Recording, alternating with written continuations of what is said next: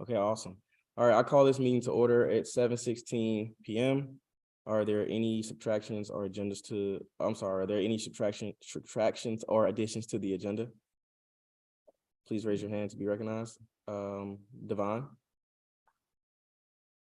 Hi, can you strike bag, please?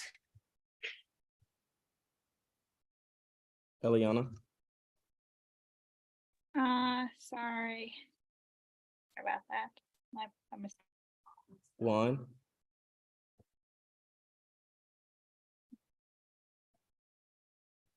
Sorry, I couldn't mute.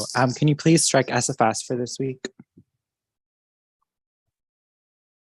Josh, Hi, could we please strike capital contingency funding, please? Thanks. okay, awesome. Does anyone else have anything else they would like to add or, okay, Sarah, Can we add BOD to the agenda? in the BOD, is the BOD director here? No. But Okay. And who's gonna brief it on his behalf? Oh, wait, you are? Oh, okay.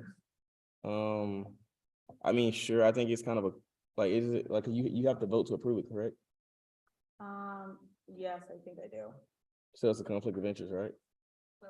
For me to present BOD. No, it's fine for, it's fine for any committee member to present it. Council as a whole needs to vote on it to approve the allocations, but. Okay, yeah, so, that's fine. all right, add BOD allocations.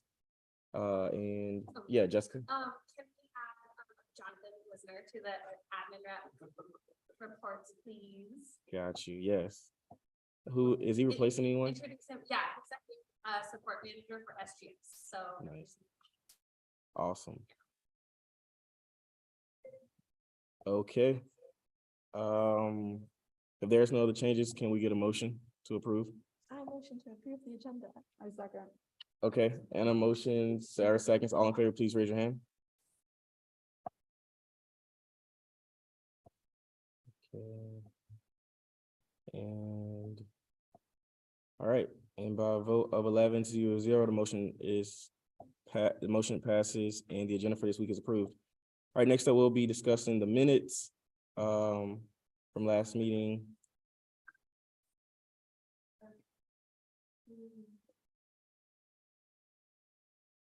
Okay, so March 7th and the 14th. Okay, so we'll be approving the minutes from March 7th and March 14th. Does anyone have any questions, concerns, or comments regarding these minutes? All right, if not, can we get a motion? Second. All right, and a motion, Sarah seconds. All in favor, please raise your hand. All right, that's 9.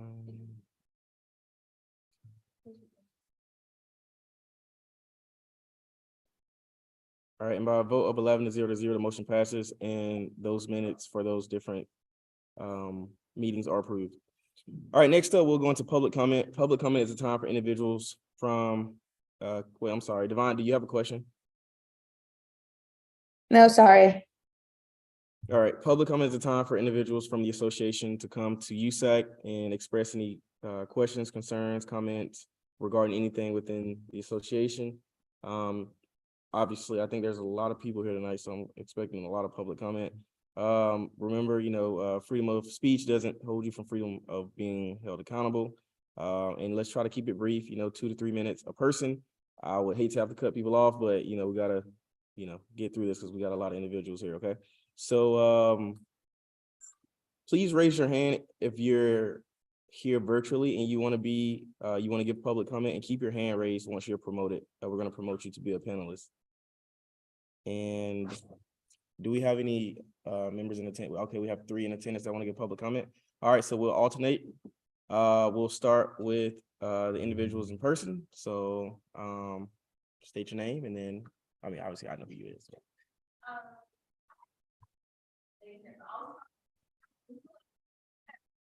I'm here to update you guys on plans for spring quarter.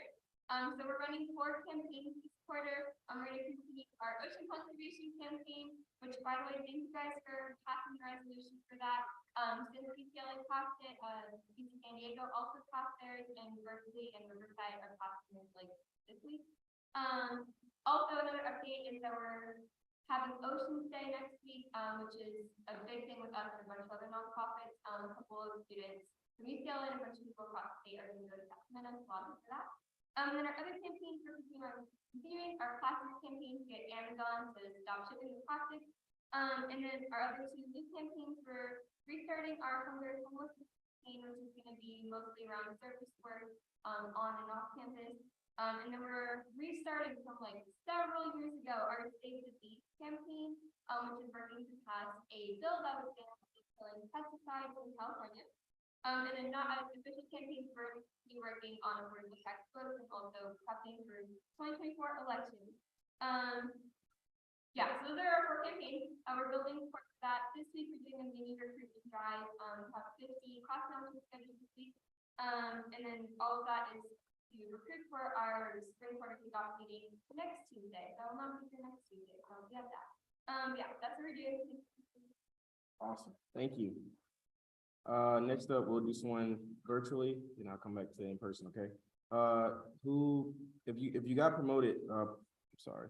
If you got promoted to give public comment, please keep your hand raised. And raise your hand currently. All right. Kalila?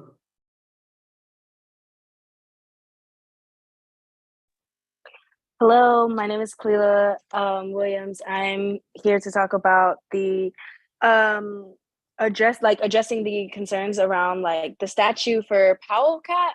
I understand that some students deeply resonated with Powell Cat in whatever fashion that might be to them.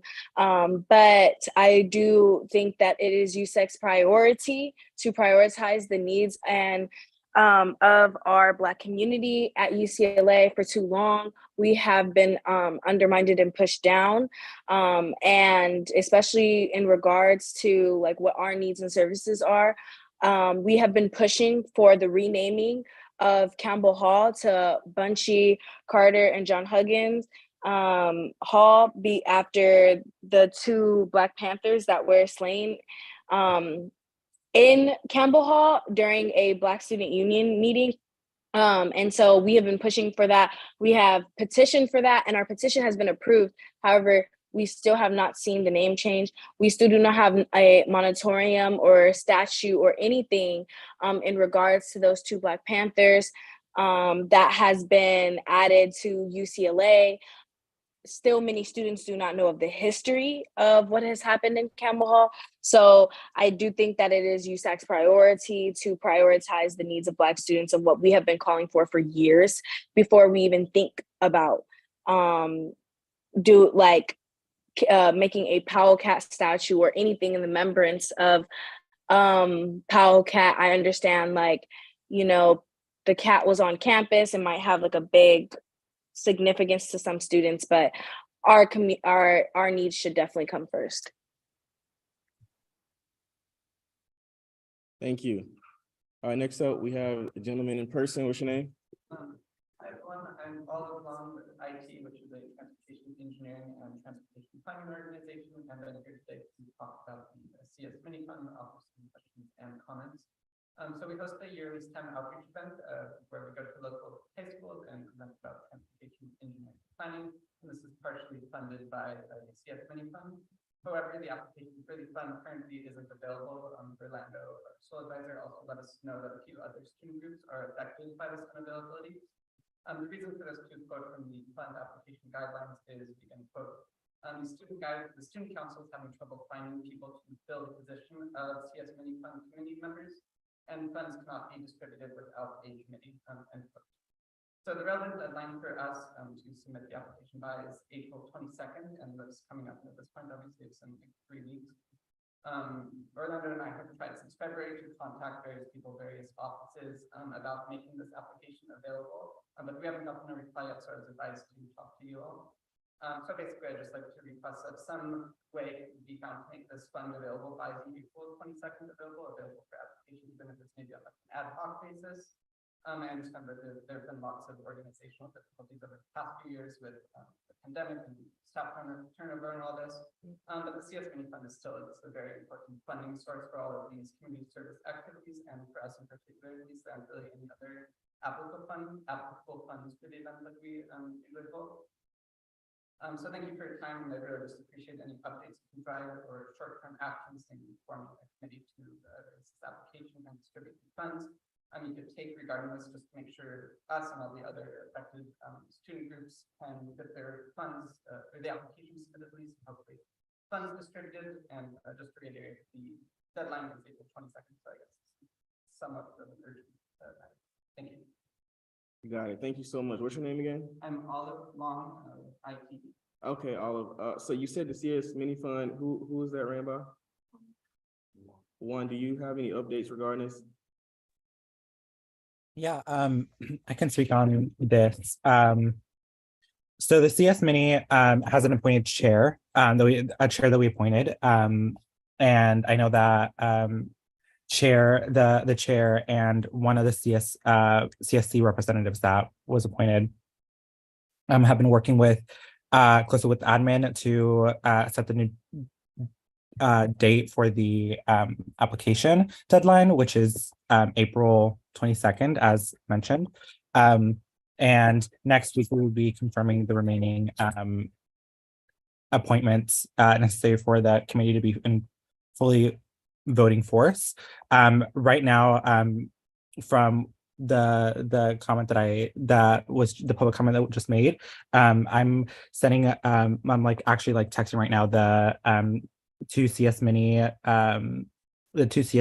appointments, asking them about any flexibility to get those applications reviewed a bit sooner to make those, like as requested, making those funds available as soon as April 22nd. I don't have any additional updates on that part, but I can follow up any other additional communication to the chair and the additional CS Mini gen member of that committee. Okay, thank you for your response. Good, Olive? Yeah. Okay. All right, next up we have Sydney Shepherd. Hello, my name is Sydney, and I just wanted to second what Kalila said. Although PowCat obviously had some significance on the campus, we do want to prioritize the remembrance of John Huggins and Bunchy Carter, the two Black Panthers that were killed on this campus at Campbell Hall. They deserve to have the hall renamed after them, as well as their own statues. And until those statues are prioritized and those lives and people are prioritized, no other statues, especially those of, not human lives, should be honored or remembered before ours. So thank you for your time. That's it. Thank you for coming. Going back to the individual person, what's your name? Yeah, hi, I'm Lexi, I'm from the Highland AIDS Coalition, and I know that there have been, like I heard over me talking about BOD, that's what I was here for, so. Yeah. If you have any updates on that, yeah. I can, so BOD is run by the budget review director, who unfortunately is not here. We're gonna try to get him to come to council, so he would know more information than I do, but we are gonna approve the funding for BOD tonight. So once the funding is approved, SGA will review the money, I assume, yeah. Okay, so that there hasn't been any hearings, but you're doing that. So we're not doing hearings this year because of the influx of applicants. I think we had over 80 applicants and a total of over 1.3 million in requests. So I think the process this year has just been me and a few other council members look over all the proposals and then do allocation. Thank you. Yeah, answer all your questions. Yeah. Thank you. Yeah, I'm so sorry. I know I remember emailing you. I'm so sorry that Dakota didn't come. I mean, I begged him to come to council numerous amounts of times, Yeah, he's responded to everything. Yeah, exactly. Yeah, you're not the only one. I mean, probably the worst budget review director I've, in all of my time been in council, like seriously. Thank you. Yeah. I just wanted to say I'm also sorry about the delay, and I know it's obviously just for your event, and the event that you guys put on is really important. So I apologize for that, but we'll get you your money as soon as we can. Thank you. Yeah. And yeah, just keep me CC'd in those emails, okay? Next up, we have Simone Anderson. Hey, you guys, I am also here just to speak tonight about what council can do to support the efforts behind getting the building renamed for John and Bunchy. It was really disheartening, honestly, because there's been more than 5,000 signatures collected. I mean, that was just in 2020. We've put out several petitions for these men's lives, and nothing's been done about it. They've been dead for more than 50 years. They were murdered more than 50 years. And I'll be honest, in my 5 years at UCLA, I never even knew about this PALCAT. But you can't walk around this campus really not knowing about that unless you choose to not know it, because we quite literally have a commemoration for these brothers every year. And it was very insulting to me, to my community, to sit here and listen to council members talk about how it wasn't that deep. And we're talking about two people whose lives were lost. That cat ain't that deep when you comparing them to two people who were murdered, whose time was taken from them by the government over a political play right here on this campus. So y'all got to wake up. I'm very disappointed in the council members who, did not say anything, who didn't even speak up. Yes, at the last meeting, it was very disheartening to really hear Carl, Tyra, and Eliana really be some of the main people sitting here, especially the other Black members on council. I am extremely disappointed, and I just think we can do better. I do think council can support this with some funding, definitely. In terms of the statue, you can support definitely in terms of helping fund this annual memorial event that we do for these brothers. And I definitely think there's a whole nother barrier, and this goes for any statue or changing any building name or putting any landmark on this campus. There is a renaming committee, and we absolutely need the student support from the entire student body, not just the Black students. We absolutely need that support, pushing the issue to this renaming committee and to the chancellor, getting the name changed. There's all other politics in it. And it's very insulting, really, all the barriers and the hoops that Black people have had to go through. And people think it's just so simple to put up a petition and we can put up a statue or something. No, it's actual barriers, and y'all would really, it would behoove y'all, for lack of a better term, to really work with ASU, do your due diligence, and learn, and how we can politically, collectively strategize to get not just Carter Huggins Hall, but several of these things on campus renamed. What about the Jan Steps publicly being renamed? What about just a lot of these things, Haynes Hall? There's several buildings on this campus that need to be renamed. So I really hope this is a lesson, and we can keep this momentum going behind us, not just this year, but into next year, to see some of these efforts change. Thank you. Can we please promote, I see Angela Jackson. I thought someone else had their hand raised. But yeah, let's please promote Angela Jackson and Naya Story. You have the floor. Hello, can you hear me? Yes. Okay. My name is Anaya Story, and I'm also here to advocate and demand the USAC support and a proper memorial for Bunchy and John Huggins. Just to lift up some of the history of these two people. Not only were they Black Panthers who were slain in a meeting on this campus, but they also had some really great achievements I'd like to live up that have directly impacted the student body here today. They are both members of the High Potential Program, which is the program that would eventually develop into AAP, which is a program that I'm a part of and many Bruins are a part of. A lot of people I know personally are in that program and find a lot of support there. Like some of my friends said earlier, there's been a lot of activism, a lot of advocacy for this thing that I'm talking about today, and still nothing has been done. There's been petitions every year. We have events for this and still nothing is done. So it is frustrating that we've been doing the work, we've been advocating for this, and still the people who are supposed to support us and representing us are still not, taking action. And again, with PowellCat, yes, PowellCat is great and has supported a lot of students, but I really wish a lot of that same support, energy, and attention was put towards this proper memorial. Thank you. Thank you. And Angela? Okay, hi, thank you guys. It's nice to be among the students. I'm definitely here in support of making sure that you guys push, for this memorial for John Huggins and Bunchy Carter, the statues to go up.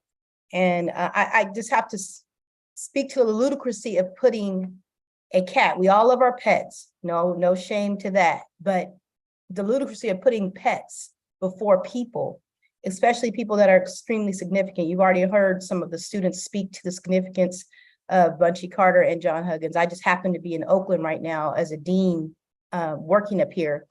And I'm in that community where the Black Panthers are definitely respected and revered.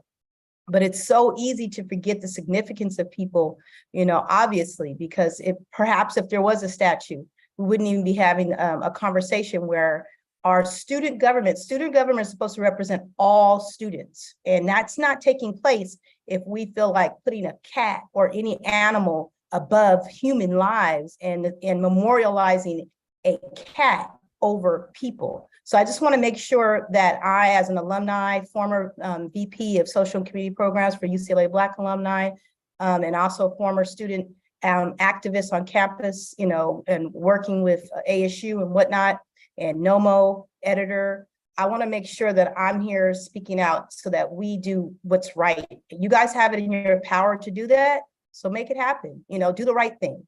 I'm always about that.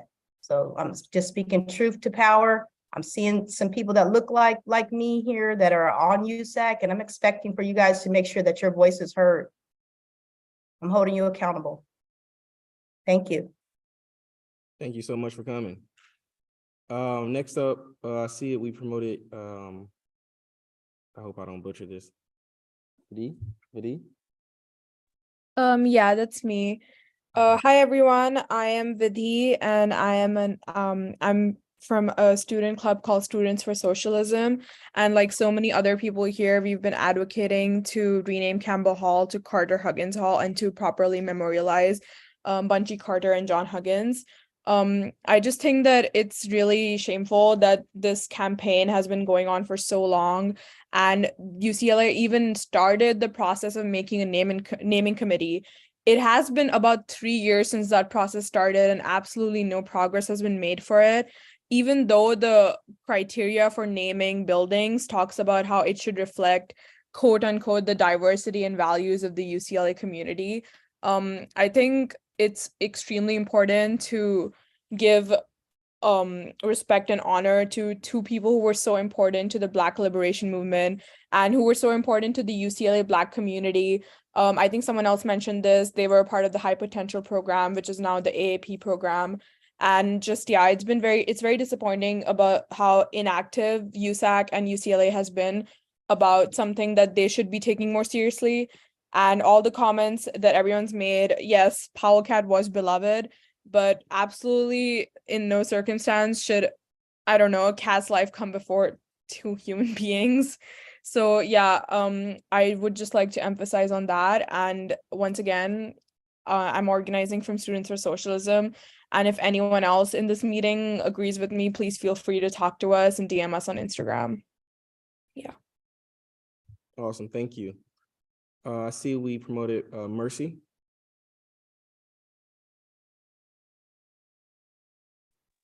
Hello. Yeah, I just wanted to second what, can y'all hear me? Yes. Okay, I just wanted to second what everyone has been saying.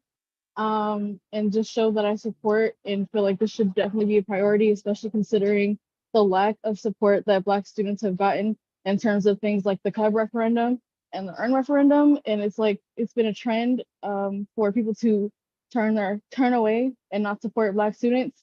And I don't think that a cat should come before Black students on campus. So that's all I wanted to say. Awesome, thank you so much.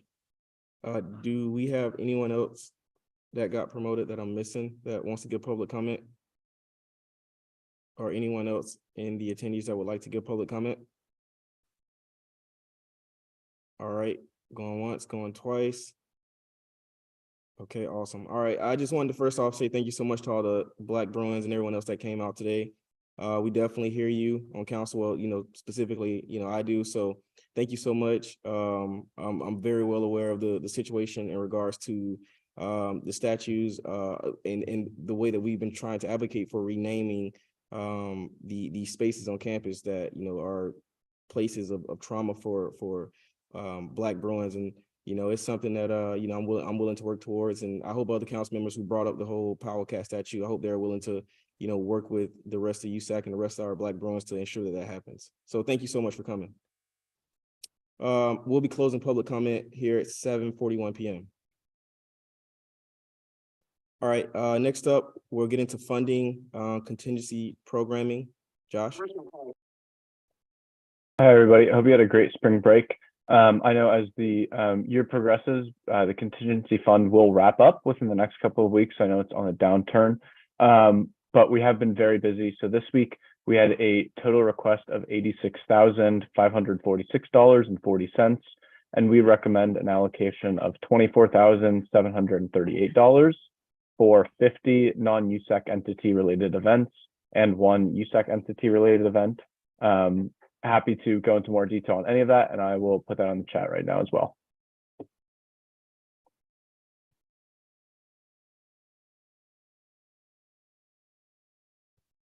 All right, thank you so much. Does anyone have any questions, concerns, or comments regarding contingency programming for the week? All right, if not, can we get a motion? Okay. Anna motion, Sarah seconds. All in favor, please raise your hand.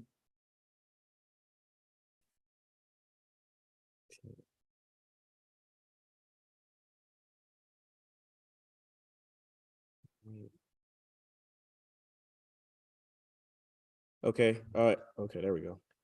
All right, by a vote of 12-0, the motion passes and contingency programming for this week is approved. All right, next up, we have SWC programming fund allocations. Anna? Yes, so this week the SWC programming fund allocated $1,950 to non-SWC groups. So I'll put that in. All right, does anyone have any questions regarding SWC programming fund allocations for this week? All right, if not, it is a consent item and it is approved. All right, next up, we have ASRF allocations.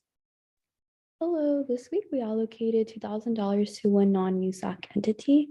And then for TGMF, we allocated $1,000 to two non-USAC entities.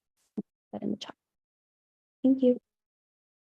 Thank you. Does anyone have any questions regarding ASRF allocations or AAC travel mini grant? Well, you did both, right? Yes, I did. Okay, awesome. Does anyone have any questions regarding those two? All right, if not, can we get a motion to approve both? I think they're consent items, actually. Oh, that's right. Oh, I'm sorry, I'm tripping. No worries. Okay, if there's no objections, then these are both consent items and they are approved. All right, next up we have ARC allocations. Hi, I'm sorry I wasn't here earlier to strike it, but there are no updates and allocations for now. Awesome, thank you. All right, and then we'll go into IVP Partnership Fund guidelines. Yes, hello everyone. Sorry, let me pull it up real quick. But when we approved the surplus proposal for the IVP Partnership Fund, I was told that because it's a fund that will be giving extra funds to student groups, we'll need to get the guidelines approved by USAC as well as the allocations in the future. So I just have the guidelines here to present to you all, and I believe it is a voting item. So let me share my screen. Okay, so here are the guidelines that we came up with, and it's presented by the internal vice president, specifically our outreach directors. And the IVP Partnership Fund is basically a fund that can allocate up to $500 to any registered student organization for any type of event or program that they want to organize. If your group has wanted to plan a large event but hasn't been able to do so due to financial issues, the Partnership Fund is here for you. And our funding aims to help student groups develop events that improve the UCLA community and or promote philanthropy. So this is just an extra fund to help fund items that might not be funded through like contingency or any other funding bodies.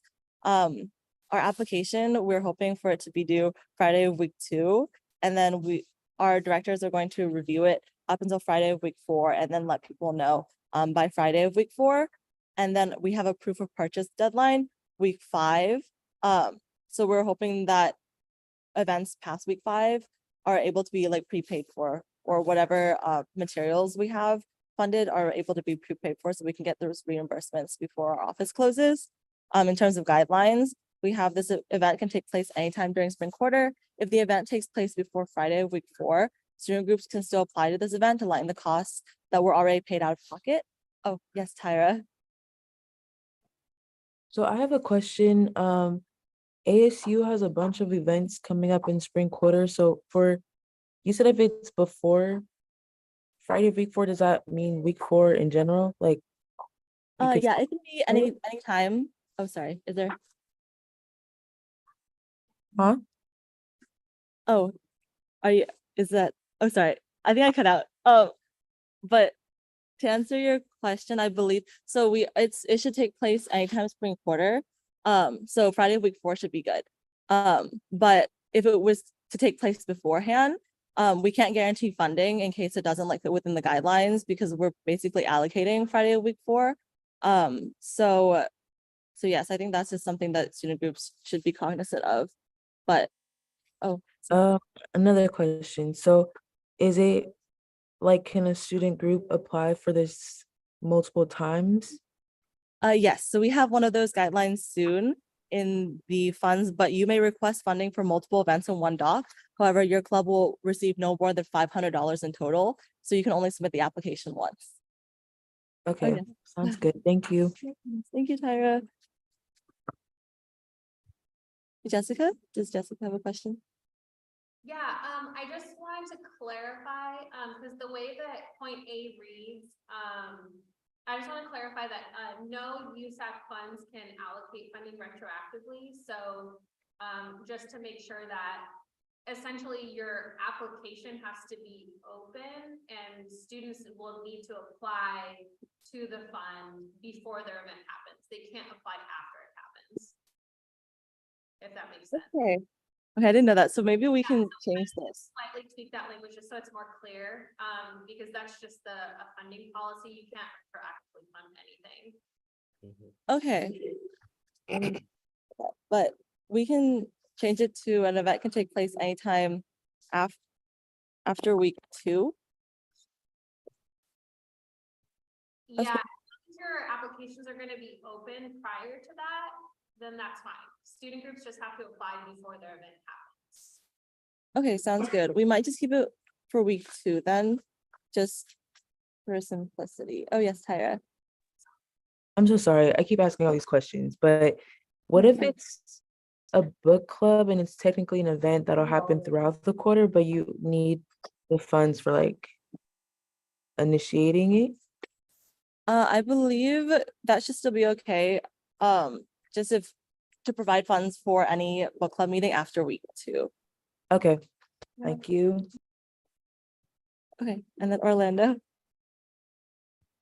Just to kind of go back to the retroactive part, just to kind of clarify that it's not necessarily when groups apply, it's when committees approve funding. That's when the groups are greenlit to start paying for things, get reimbursed, but not before. So I just kind of want to clarify that point. Does that make sense? Okay, yeah. Yeah. Then maybe week 4. You may want to like determine when committees want to be able to, whoever's approving this, you may want to start a deadline, like events that occur beginning on, I don't know, Monday of week 2, Monday of week 3, just to give you an opportunity to start accepting applications, say next week. Okay. Yeah. We can do, I think we just set those deadlines just because it's like a short quarter and a short fund. So maybe those fixed deadlines might be there. Well, there is a lot of programming that occurs starting, you know, end of year celebrations, cultural shows. So you'll still get a big portion of the student organizations. But yeah, you will lose a few in the beginning of the quarter. Okay. We might just keep it then at Friday week 2 since it's coming up. If that is okay.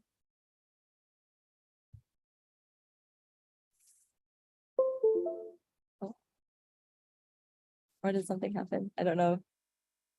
Yeah, it's up to you. It's up to you whenever you can get your committee together to review and approve apps. I think that's where you should set your deadline to receive. So, yeah, anybody can turn in their applications by Friday of week 2, for any events that are happening after that. And if you can bring your allocations forward week 3, Tuesday, then you should be good. Okay, yeah, that was what we were planning to do. So I think keeping these deadlines would be easier for like just presenting the allocations. But I know it might be hard for some clubs who might have events like during the first few weeks of the quarter.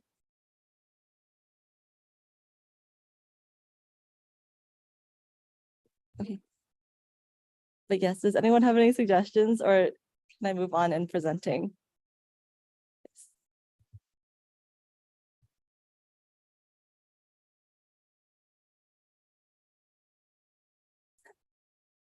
Or am I just cutting out? I think you're good. No, I think you're good to continue, okay? Okay, perfect. And our funding guidelines include that it must be in Westwood or on campus, so the event must be in Westwood or on campus. Some acceptable reimbursements include venues, food and drink, honorarium, like costumes for different events, transportation. And then we also said, but not limited to, in case there's like special circumstances for clubs that need funding that aren't covered by different funding bodies that we could help out with. So we also listed items apart from the listed items above will be reviewed and assessed on a case-by-case basis, and up to the discretion of the IVP directors to allocate funding. And then for the point 4, this is for the reimbursements. So we said you must provide proof of purchase, which includes invoices, online purchases, Venmo or Zelle payments, and philanthropic donations. You must also provide a bank statement for any proof. I believe I can delete this since we just changed the guidelines for it being week 2 instead. So basically the event just needs to be prepaid for. And the event must be open to all UCLA students and not just members of the organization. So hopefully this event can benefit the entirety of the student body. And then for point 6, you may request funding for multiple events in one doc. However, your club will receive no more than $500 in total. And you can only submit this application once. If you have multiple events that you would like to request funding for, please include all of them onto one Google form. But all in all, if you're one organization, you can receive up to $500 in total. Okay, I think Jessica just said honorarium cannot be reimbursed, so we can get we can get rid of honorarium on the guidelines as well. And then all allocations shall solely be based on a viewpoint neutral criteria, but there will be minor preference given to smaller or newer organizations, since those are the groups that we are trying to give more like funding and access to like event planning resources too. Yes, are there any other questions or anything else I should add? Or any logistical questions? I know that my funding directors might be a bit confused in the beginning.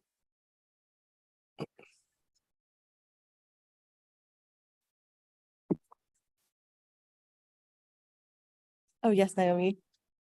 Yeah. How many funding directors do you have?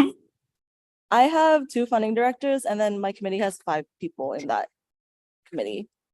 Okay, for sure. Yeah, I think that's good then, because I was just like, you might get a lot of clubs, honestly. Yeah, no, we're expecting a lot of clubs, and I think we have a lot of staff that are ready to review these applications. So, and with the deadline being 2 weeks between like reviewing, or like 1.5 weeks, I think it should be ample time to review all of them. Nice. And then also, please plug in your laptop. We need you. I know, I'm so scared. I don't know how many. So, yes, Orlando. Can you scroll down to the, where was it at? The mandatory donations? Yes. Where was that one at? Five, Number 5. 6, yeah, it's like 5 or 6. Oh, your club. Oh, yes. Yeah. They've We also- were adding this for anything that includes philanthropy. So if there were raising money for a specific cause.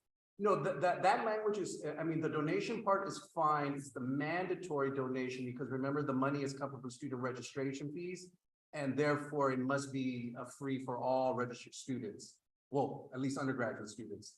And so if you have that mandatory donation there, then it kind of defeats that, goes in the face of that policy. Okay. Or we can, I mean, you could, I don't know if this is the right spot, but I mean, even when it comes to like raffles, it's considered a donation. So if this is a philanthropy event, I would probably tell you to do some sort of kind of quote unquote free raffle where students can donate per ticket. But that's something very specific to kind of fundraising. okay. That makes sense. I'm sorry if that doesn't. But events must be free for students. Is that If you're using this fund, yes. okay?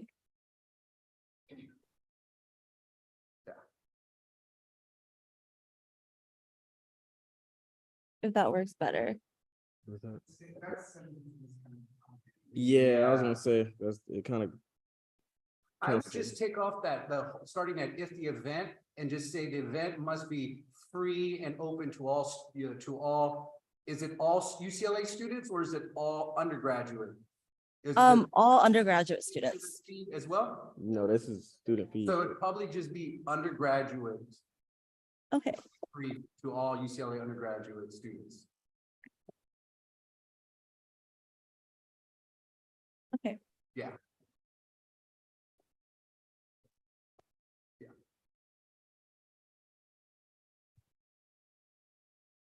Would this mean, wait, can I speak?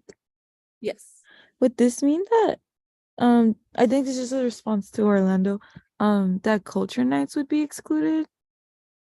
Because I know like they really need to charge because like the venue space is extremely expensive. So like they wouldn't be able to apply. Could they get an exception? Well, there is ways around. So the event itself should be free to all, undergraduate students who want to attend, based on capacity of the venue. But there are other ways to get around. That's why I was referring to like saying, so having some sort of raffle, something where students can donate freely, that's fine, but mandatory donations or mandatory fees to enter the event wouldn't be allowed. But there are other ways cultural groups and not just cultural groups, but all registered groups could raise money use it as a fundraiser. There's other ways to get around it, like charging non-UCLA students to attend the event if you have guest speakers, etc. So you can charge others, you just can't charge our UCLA undergraduates. Okay, thank you.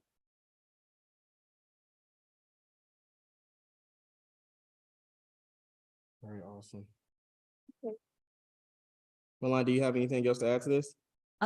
That's all I have to present this. The only thing I have to add is that this is made possible through my student groups and outreach directors. So if anyone has any further questions, feel free to email them here. If your other student group is planning to apply. But yeah, that should be all. Hopefully you all don't have any other questions, but I'm here to answer anything else if you have questions. Oh my God. Does anyone have any questions regarding this before we put this to a vote? Let's stop share real quick. Sorry, everyone. My laptop is dying. Fine. And it's good to go administratively correct? Like it follows our bylaws, right? I may want to take a quick look at it later just to make some, minor, but it looked okay. Okay, we vote on it though, and then it doesn't. Oh, that's right, you're voting on it. Yeah. So should we, The only thing I was going to take a quick look at is document verification, if you're going to, but. How long would that take you? How long would it take you to look at that? when you put your budget together, most of the time you're required to submit documentation supporting that budget estimate. So actual numbers versus, subjective or arbitrary numbers, like I need $500, but there's no documentation supporting that. So I didn't think I read anything like that on the application. Okay. That was the only thing I was gonna look for. I don't know if you said something. Read through it really quick again if you wanna. Yeah, table the vote. we can, so I mean, we can table it to later in the meeting. I just want to make sure that, Have access to view the document through the link. It's not. you just asked one, right? Or you talking about this document she just pulled up? Yeah. Yeah, I'm like, can you just let them look? Because what I don't want to happen is I don't want you to like release this and then start getting applications and then they're like, well, actually, we can't fund it because of it goes against the bylaws, and then like it screws your team over and everyone who applies. So I just want them to look at it to make sure that it, follows our bylaws, so that there's no problems when you release the applications and start to process the applications. Is that cool? Okay, yeah, sure. Do we want to table it to next meeting then? To look at it? Well, we can table it just to because it won't take that long, right? Yeah, we could just table it to like towards the end, before we get into old business, just to give them time, okay? Okay, sounds good. Can you give them access to it? Yes, I think it should be. Okay. I can also put it into the chat of the Zoom. Okay, so they're taking a look at that. Okay, so we'll come back to that, okay? Okay, sounds good. And then who is, spring 2023 USA/BOD allocations. So Sarah, I understand that you're gonna be giving this brief tonight. Yes, okay, so for BOD allocations, we allocated for 82 programs to 79 student organizations and 3 USAC offices. I think the highest amount that we gave in club was a little bit over 3,000, but due to the large influx of applicants, we weren't able to give as much as in the past to ensure that every club got a little bit of the pot. If anyone has any questions, comments, concerns, I can try to address them. Dakota is more hands-on on this stuff, so it's his fund, obviously, but yeah, I'm just a voting member.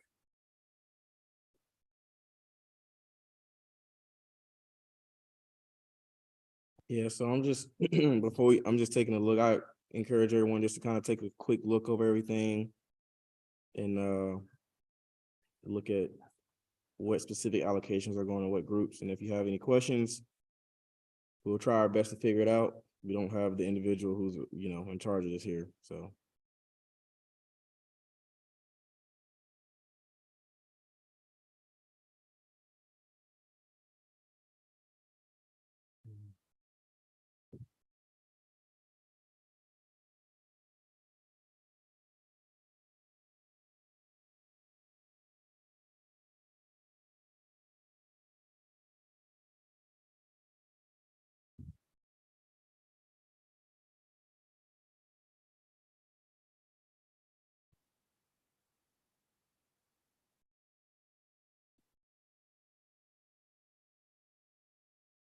Yes, Naomi.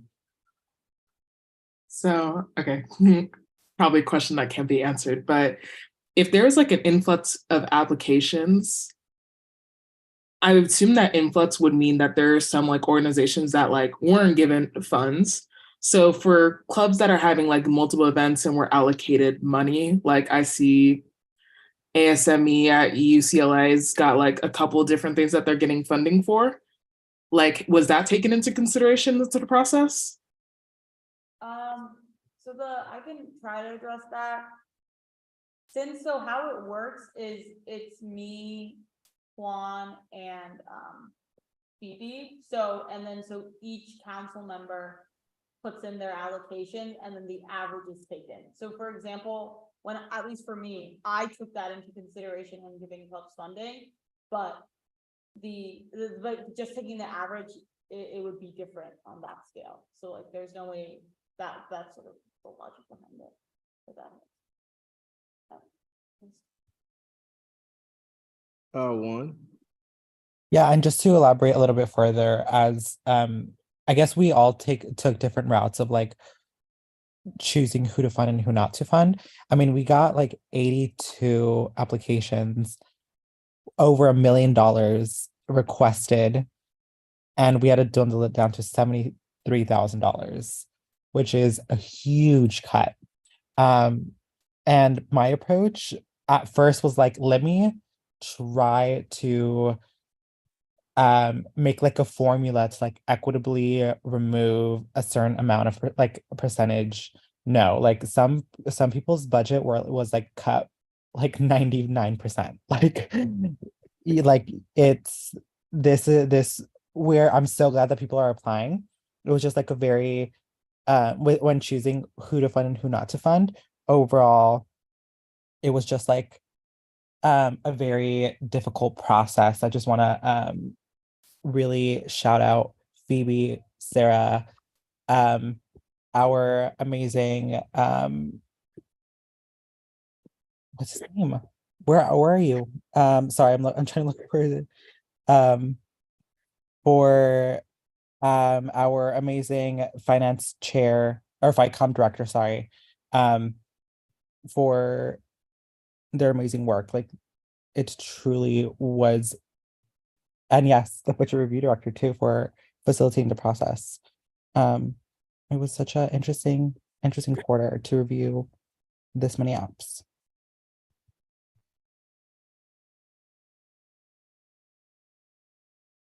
All right, awesome. If no one has any other questions, can we get a motion to approve? Second. Okay, Anna motions to approve. Anna motions, Sarah seconds. All in favor, please raise your hand.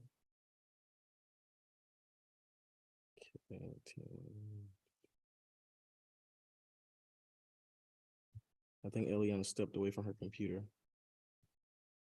All right, by vote of 11, by a vote of 11 to 0, the motion is approved and spring 2023 USA/BOD allocations are approved.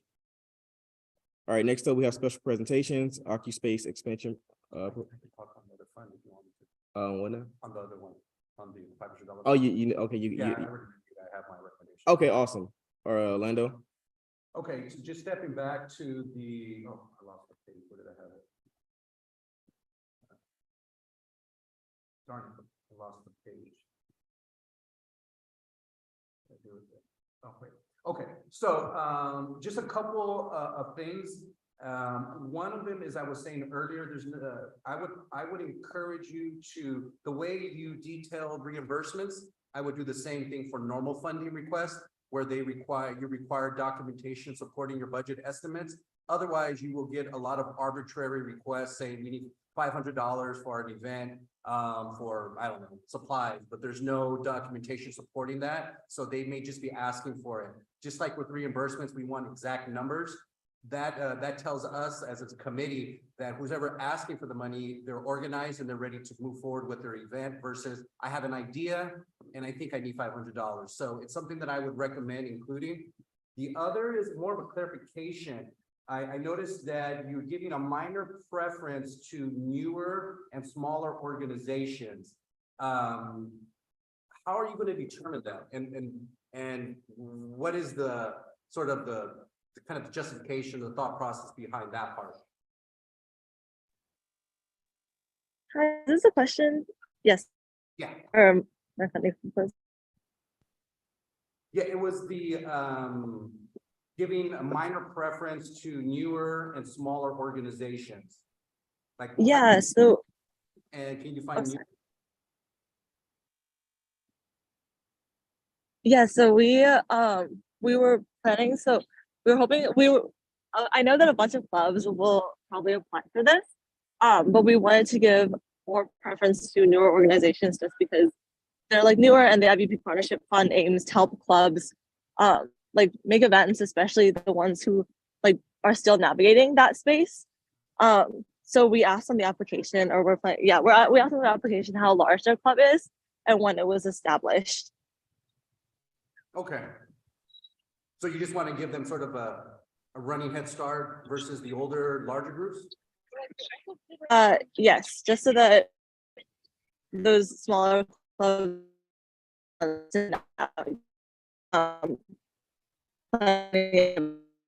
this. You kind of broke up there. I didn't hear that part.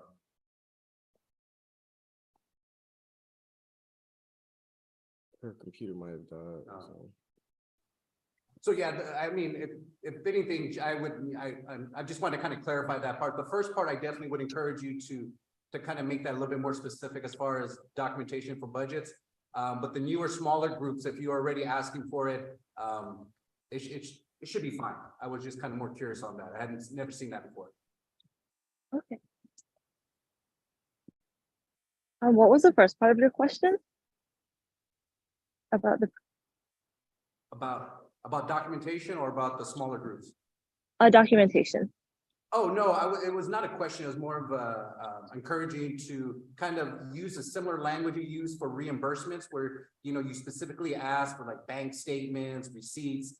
I would tell you to use the same kind of language for regular budgets, you know, like screenshots of shopping carts, uploading invoices, order estimates, just to justify their request from the committee. Okay. I can get my directors to do that right now. But the smaller, newer organizations, I think you could, yeah, that should be fine.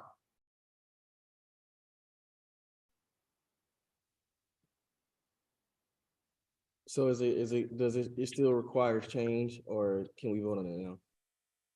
I think they're updating some of the language right now. Okay, so we'll just vote on it. Okay, so we'll get into, we'll move into special presentations and then we'll just come back and vote towards that and then give a lot of time to change it. So Daniela? Yes, thank you. Let me just share my screen real quick. Oh, can I please be enabled to share my screen? Yes.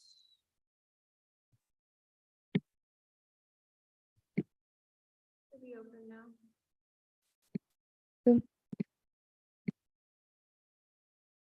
All right. So thank you all so much for your time today. I'm gonna try to keep it straightforward with my requests from council, but this is essentially just gonna offer an overview of a program that AAC embarked on last year that we're now working with a few other stakeholders to continue its revitalization and its expansion into other parts of campus. So we're going to start off with an overview. As a response to COVID-19's onset in 2020 and how it continues to affect members of our community, AAC Click, which is a branch of the UCLA Library, and OccuSpace, which is an external service and organization, was employed to get access to their sensor services, which are actually operating in the UCLA dining hall.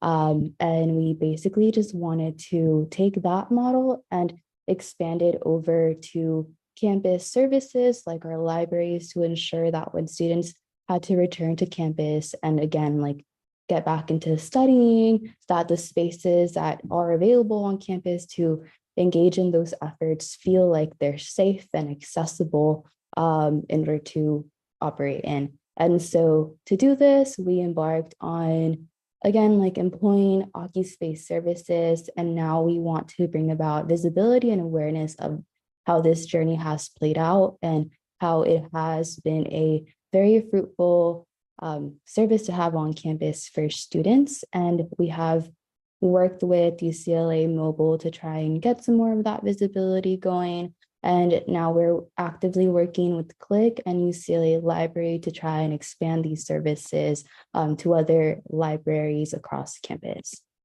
So an overview of the stakeholders. So we have AAC, you all know about AAC, so I'm not gonna get into that.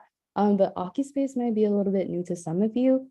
So again, OccuSpace has a history of working with UCLA Dining and Click dating back to last year, but they've also worked with a number of other universities and also other UCs. So the history of this OccuSpace organization is actually pretty relevant to the UCs. It's a startup from a UC San Diego alum. Essentially what the organization does is that they offer sensors that help monitor room occupancy. These sensors are wireless and Bluetooth, so that makes the installation pretty quick. And it's also very mindful of privacy of the clients. The ability to just integrate the services is through an API process. I'm not very like tech literate, so I kind of just leave that up to the folks that OccuSpace works with in the library to take care of. But it is very user friendly in that they will provide all of the resources and support and making sure that it's a smooth process and installation. And then Click is a part of the UCLA library, and they host a variety of resources for students. So this ranges from study spaces to classrooms and labs, and even loan services on technology like laptops, hotspots, etc. And so this is just an overview of the collaboration that's taken place and the history of the relationship. So it is very fresh. So back to 2021, we all returned to campus to some extent amidst COVID-19. So while there were still some students who were taking some remote classes, some like hybrid classes, there was still that expectation for the most part of being back in person. And AAC wanted to again provide accessibility to study spaces that were safe and mindful of public health concerns. That is when AAC initiated contacts with OccuSpace and UCLA Library. So what happened was that in contracting OccuSpace's services, we just expanded on the existing contract with UCLA Dining, and we decided to embark on this service by extending it to the Click Labs, which are located in the 3rd floors of Powell. And that would just offer us a test run. And this year, we are trying to advocate for the expansion of these services across different UCLA libraries. And what we're doing now through this presentation, other means is just creating awareness and visibility of OccuSpace so that students can gain access to this expanded service, hopefully. And then to provide some context too, last year, AAC did partially fund OccuSpace, and then Click was able to fund the remainder. Right now, AAC is not in the position to fund these services. And then we also just kind of have the belief that if it's expanding resources to students that would benefit the campus community at large, we don't feel like that burden should fall on student fees to have to fund a service that would be beneficial, not only for the accessibility of study spaces for undergraduate students who are our constituents, but also for a number of other campus community members. And they also, as you will see later on in the presentation, provide other benefits for UCLA itself. So yeah, we just wanted to make sure that we prioritized good utility of student fees. And now in part of this advocacy, it's really entrenched that we want to make sure that we collaborate with campus stakeholders to really help get this going, and so that it is funded and provided by the university. So an deeper overview of OccuSpace and the services that they provide is that they're a strong proponents of being privacy friendly in their occupancy monitoring sensors. So the way that it works is that it uses the Bluetooth signals and it detects Wi-Fi connections, and that is essentially how it's able to monitor occupancy. It doesn't collect any personal information from the individuals that are going into our library spaces. The data is solely just made available, and the data that I'm referring to here is the occupancy monitoring through their free mobile app called Waits. So again, this information is readily accessible to students, which is why this is a very successful program and organization to contract their services for this matter. And again, just to emphasize that the organization really prioritizes client safety and privacy. So it is very safe, and they provided this more detailed breakdown of how exactly it is that they're able to provide that privacy-friendly service. So I'll have it on the screen for you all, but I won't read this gigantic blurb for you because I pretty much just highlighted the key points. And then just to emphasize again, like the student experience at UCLA with OccuSpace, it's solely just to respond to the concerns of students, one around public health, safety and accessibility, but also just acknowledging that there are other issues that might dissuade students from going and utilizing and really taking advantage of all the UCLA study spaces on campus. Sometimes you walk into a library and it will take you going from floor to floor to floor to be able to find a place to sit down, especially during high peak times of studying, like during midterms and finals. And we really just want to make sure that this process is as pain-free as possible for students. And that's kind of where the collaboration with Space was born. We also embarked on some collection of case studies and data of our own, but we were also provided with more information from OccuSpace themselves, because they have worked with 28 other universities across North America for a wide variety of different campus entities, ranging not only from study spaces like libraries, but also dining services, recreation centers, other offices. And of these 28, 5 are UCs. So UCLA would actually be able to partake in leading and innovating our campus and utilizing this technology to provide accessibility to students, which is really cool.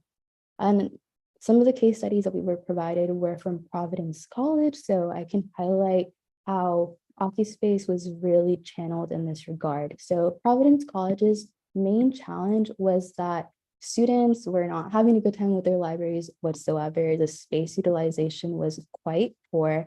Headcounts that the librarians would embark on required a lot of labor on their employees that otherwise could have been reallocated to other library needs that could have really bolstered student experiences in these study spaces. So in contracting OccuSpace, they were able to offer real-time data on space utilization that helped them refocus their improvements and investments to spaces that were actually meritable of that need. And it also allowed students to, again, like just quickly, accessibly know what spaces were best to utilize at certain times. And it also provided historical data so that students could plan their schedules around that in the future. It also is great that it provides that peace of mind in terms of like privacy friendliness services.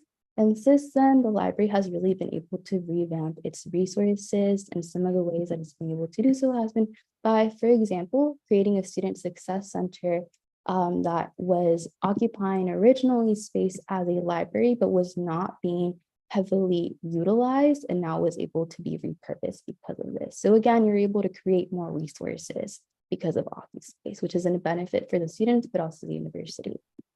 And then as far as the UCLA dining hall experience goes, and I think that a lot of us are acquainted with this, the large crowds and long lines at the UCLA dining halls, they can be very discouraging in and of itself. And so by working with OccuSpace, students now are able to literally just go on the UCLA mobile app or the UCLA housing application and see what the live capacity of dining halls are in that moment. And in that way, plan their schedules around when to get their meals and when would be the best time to do so.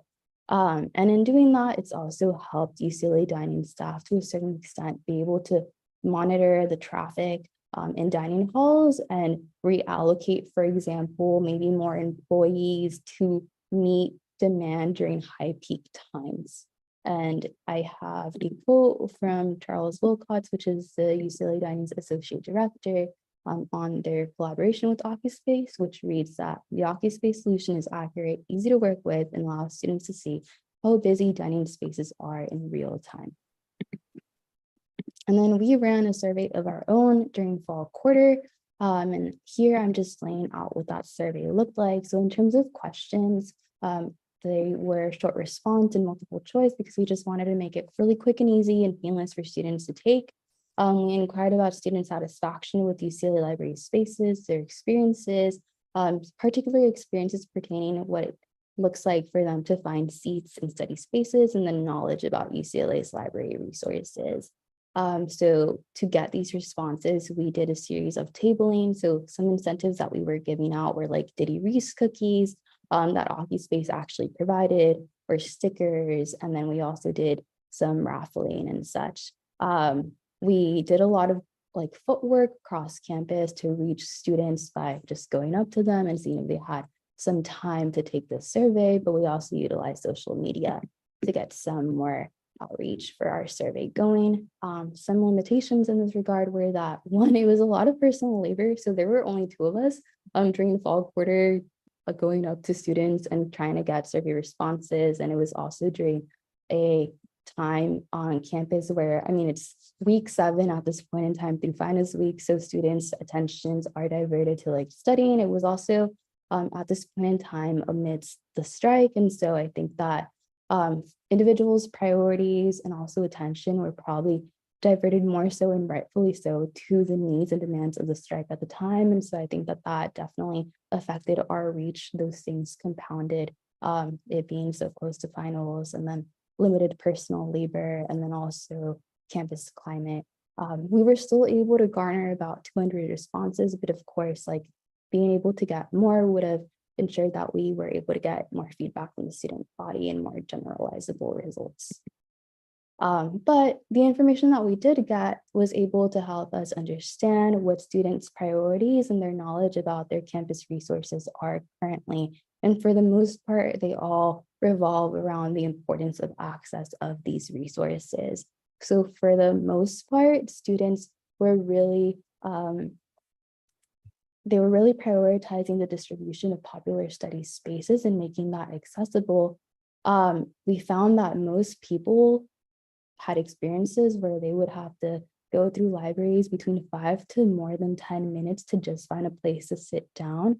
And then many people didn't actually know how many libraries are available across campus to utilize, which is kind of concerning.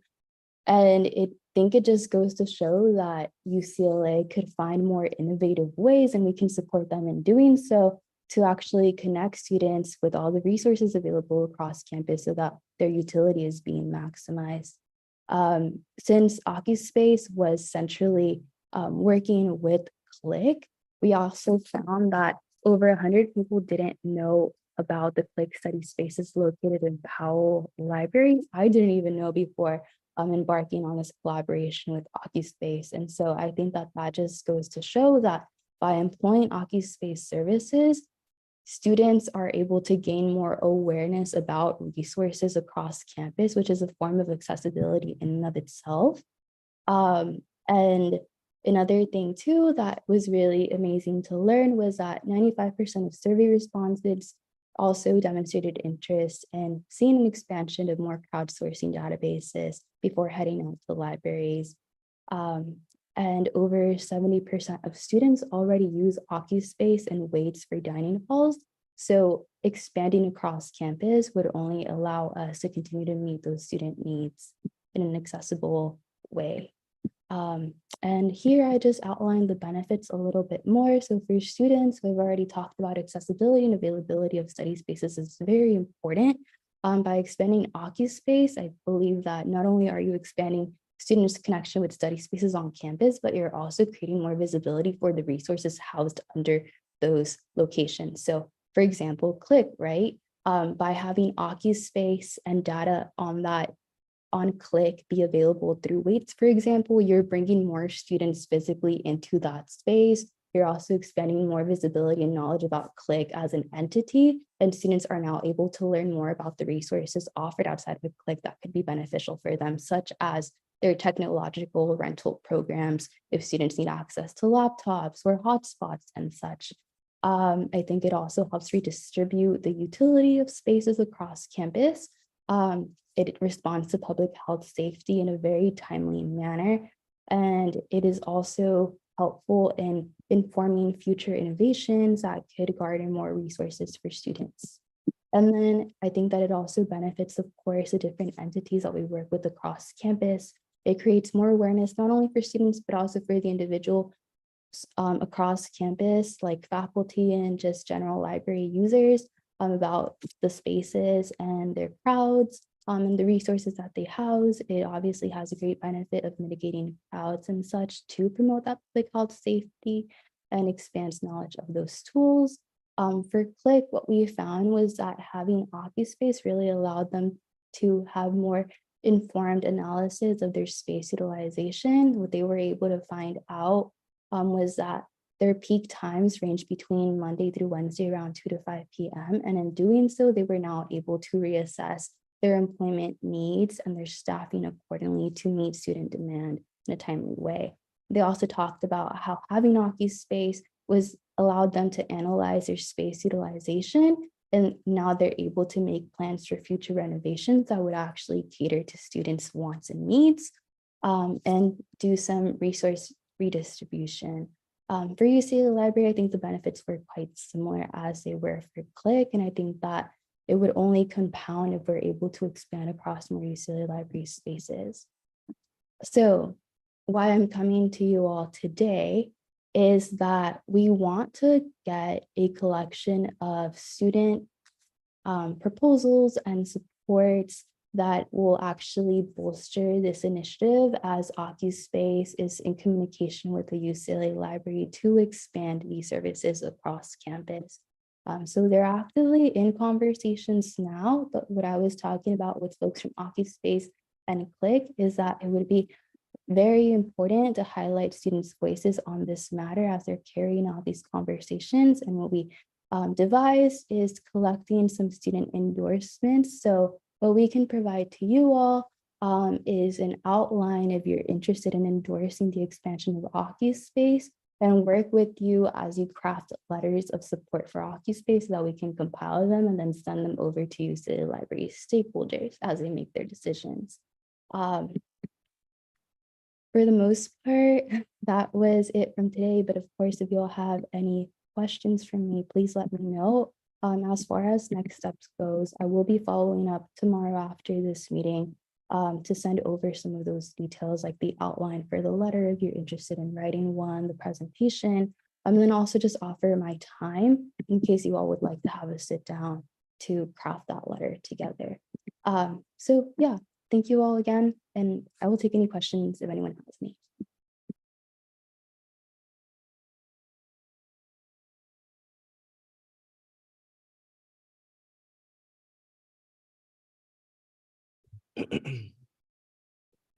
So I don't think any council members have any questions. So I do see a question from India Lewis that states, well, it more is like a comment, I guess.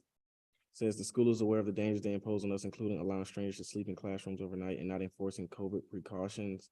There also have been 3 attempted kidnappings last quarter alone. So the censors are a arbitrary safety measure, I feel. Do you want to speak to that, Daniela? Yeah, I mean, I can try to. I feel like as far as OccuSpace services go, like the main motivation last year to employ them was to respond to like just public health, safety, and crowd mitigation. And in doing so, we're able to provide live data on the utilization of the library spaces. So currently right now, they're only housed in Click. So those are the spaces that you'd be able to look in the crowds if you log on right now. As far as the other safety concerns, I do agree that those are ones that definitely need to be pushed further along and addressed to campus. And I know that we've talked about that in other campus entities like the Campus Safety Alliance meeting. But if you all have more ideas around better COVID precautions or just public health concerns in general, or thoughts about OccuSpace, please feel free to let me know. I can type my email in response to your comment and we can connect further if you'd like. But thank you. All right, awesome. I see that the language is ready for the budget estimates for the IVP Partnership Fund guidelines. All right. Does anyone else have any questions before we vote on the IVP Partnership Fund guidelines? Going once, going twice. All right, awesome. Can we get a motion? I move to approve the IVP partnership guidelines. Can we get a second? A second. Okay. Naomi motions, Eliana seconds. All in favor, please raise your hand.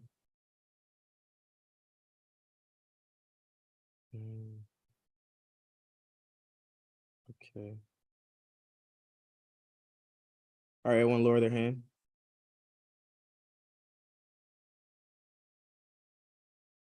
Everyone lower their hand. All right, all against, please raise your hand. All abstaining, please raise your hand. All right, I only seen 11 votes. There's 12 council members here, so by a vote of 11 to 0, the motion passes and the IVP Partnership Fund guidelines are approved. All right, now going into officer reports. I'll make this quick. Thought this was supposed to be a quick meeting. So yeah, this week basically just had some of our first spring quarter meetings with my cabinet members and directors, just planning out the spring quarter, following up and catching up on a bunch of emails. Tried to stay on top of them during spring break, but it was how it gets. So I'm still following up with, one of the biggest pressing issues, the assessment that we were promised from student affairs, specifically Vice Chancellor Monroe Gordon, was supposed to be due to council last year regarding the climate assessment within CPO. And as I stated before, it was due last year. We were given no updates about it until I asked in January. And then I was promised, okay, by the end of January. All right. And then, okay, just give us another week, give us 2 more weeks, give us 2 more weeks. And I sent the email before we went on spring break and I got no response.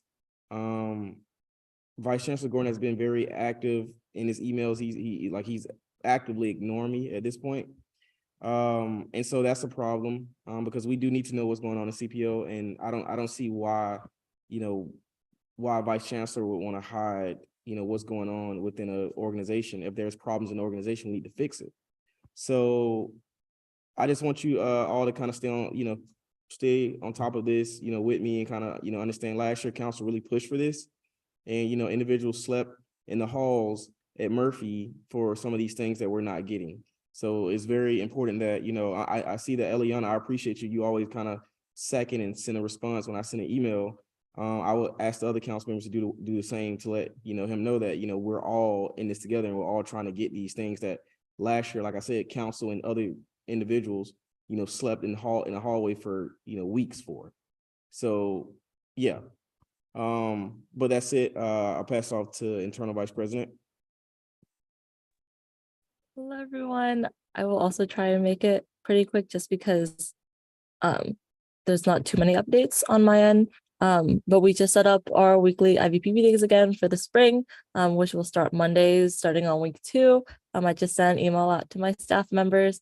So hopefully we can all be in the same office again, or just be in the same room again. Over spring break, I think the main thing that we worked on was getting those partnership fund guidelines finished, because the fund did need to be released, so the students can start applying pretty early into spring quarter, and we will start publicizing the application soon. So hopefully a lot of clubs have the opportunity to apply. And then lastly, I'm also catching up on emails. I know that I had a bunch of emails during spring break, but I wasn't able to check a lot and reply to a lot. So if anyone has sent me an email and has not received a response, I am getting to all of those emails. I have so many in my inbox right now. And then lastly, the IVP exec staff is planning a social for members to just meet each other again. So hopefully we can end off this year strong. But that's all, and I will pass it to Divine. Sorry, give me 1 second. I'm so sorry.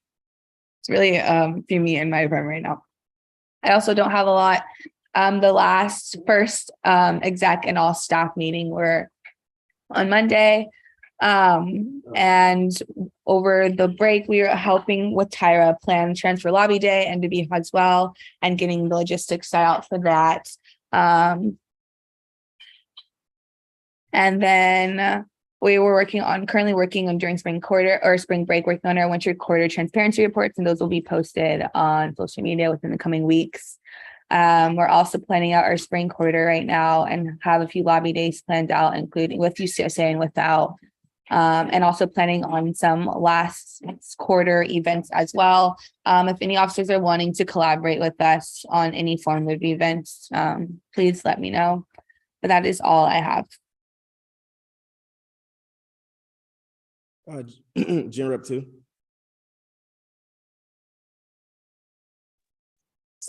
Okay. I just wanted to say special thanks to Tara, to also Sarah, and also the support we had with the computer population with the my surplus proposal. We were able to definitely get that executed well off and for minimal work from USAC because the department basically took things over. With Sarah's help, we were also able to secure 30,000 extra dollars to help to go to commuters to cover some of the permit grants.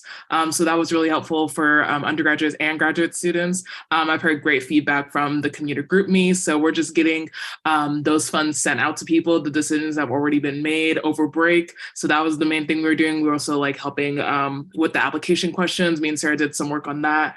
So yeah, this was really a great program that I really just fully want to thank y'all for voting on to help support to allocate funds from USAC and for Tyra as well from the funds she allocated. And yeah, that was about it. Besides that, I met with the Armenian Student Association over break to talk about their resolution and just how we could just follow up and execute some of the demands that they had made. And I know they followed up with a lot of other some other USAC members. So definitely going to be working with them for the remaining of my term. And yeah, just wishing y'all a good week. Awesome. Gen Rep 3. Thanks. So I've been working on disability peer mentoring program, got like me and another board member for that, got like 30 slides up for training already. So we're going to be meeting soon and should be able to get running fairly soon. Thank you all for supporting that. And that's been the main thing. Gave Daily Bruin our interview on the resolution we passed in solidarity with Armenian students. And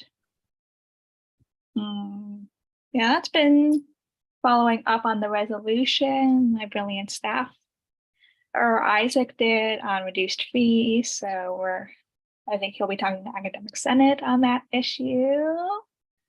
And yeah, what else? Yeah, I just want a second what Carl said about how important these CPO issues are. It's like crazy. We have actual literal civil rights violations going on at a university. And yeah, I think y'all got the email. Y'all were CC'd on the email to Monroe Gordon being like, hey, let us know what's happening in here. So everyone follow up on that because it's crazy. Thank you, Carl, for bringing that up. What else? Just shout outs to a bunch of people. Simone Anderson, Ryan Factora, Tyra Cobbs. Who else? My whole board at Disability Peer Mentoring Program, Transfer Student Center. I went over there and they're helping me set up Disability Peer Mentoring Program. So yeah. Also working a bit on Hillel, the disability funding. We have a meeting actually tomorrow, probably going to start like 5 o'clock, about memorializing Frenchie Carter and John Huggins, like so many Black women were brilliantly speaking about. So if y'all are interested, already got some folks on the meeting, but if anyone's interested, just send me a message and I'll send you the Zoom. So yeah, love y'all. Y'all are the best. Thank you. Campus Events Commissioner. She's not in the meeting. I think she had to go upstairs. All right. Community Service Commissioner. Yeah. Hi everyone.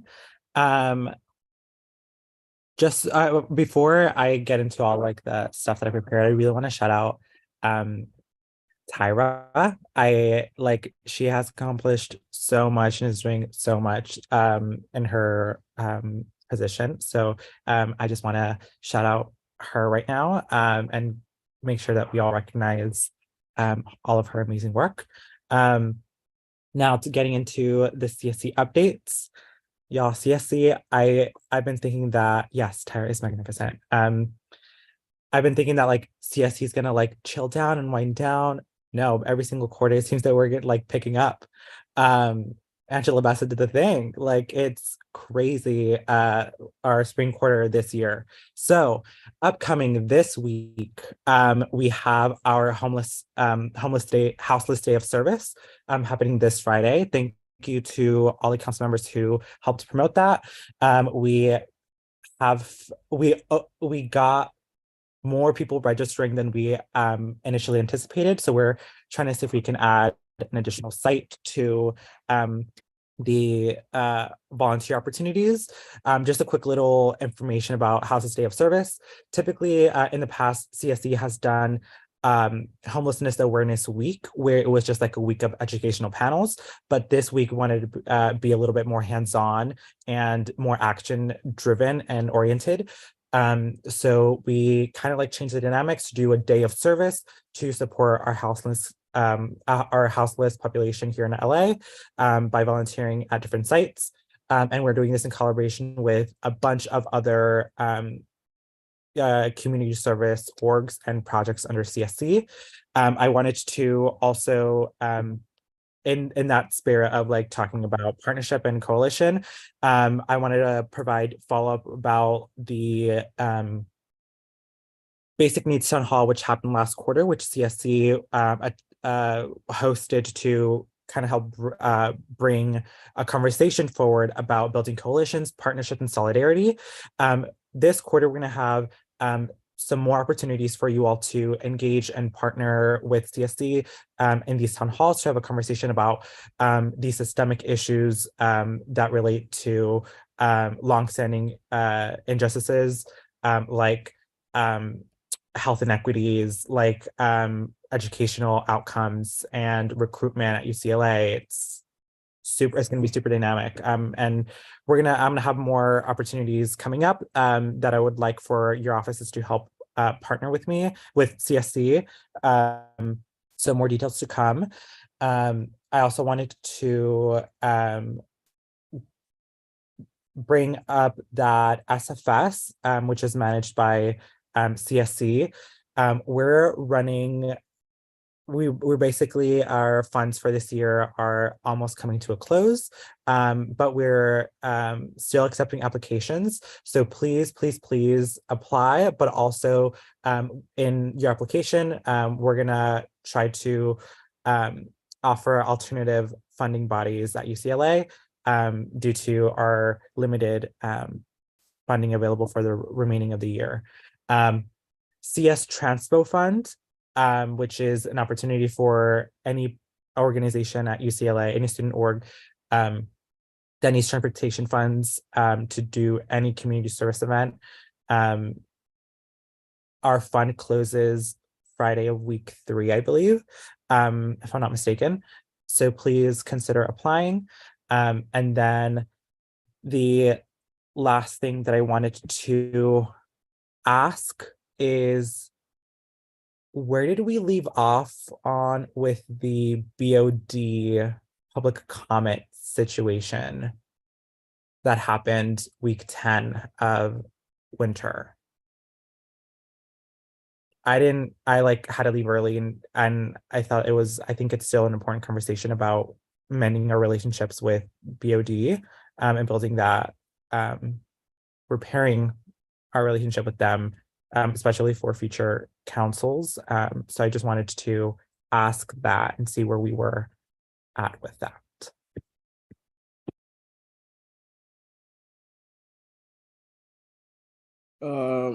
I guess, well, I can speak on this. So I would say nowhere.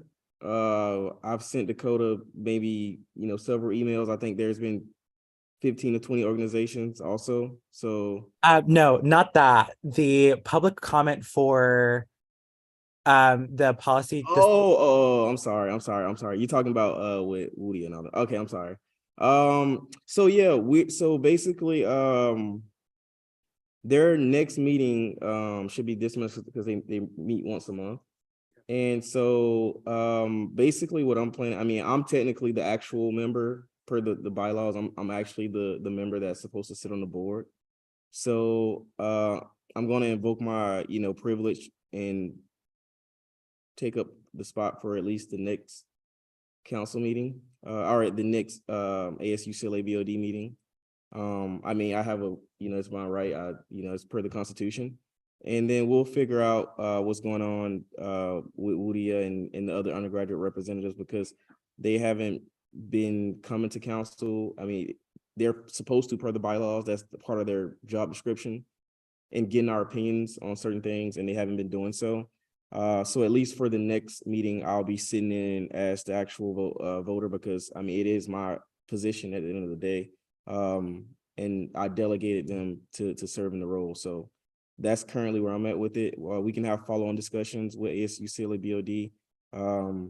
But at this point, I mean, I don't really know how far they'll go, because we discussed this last time we had.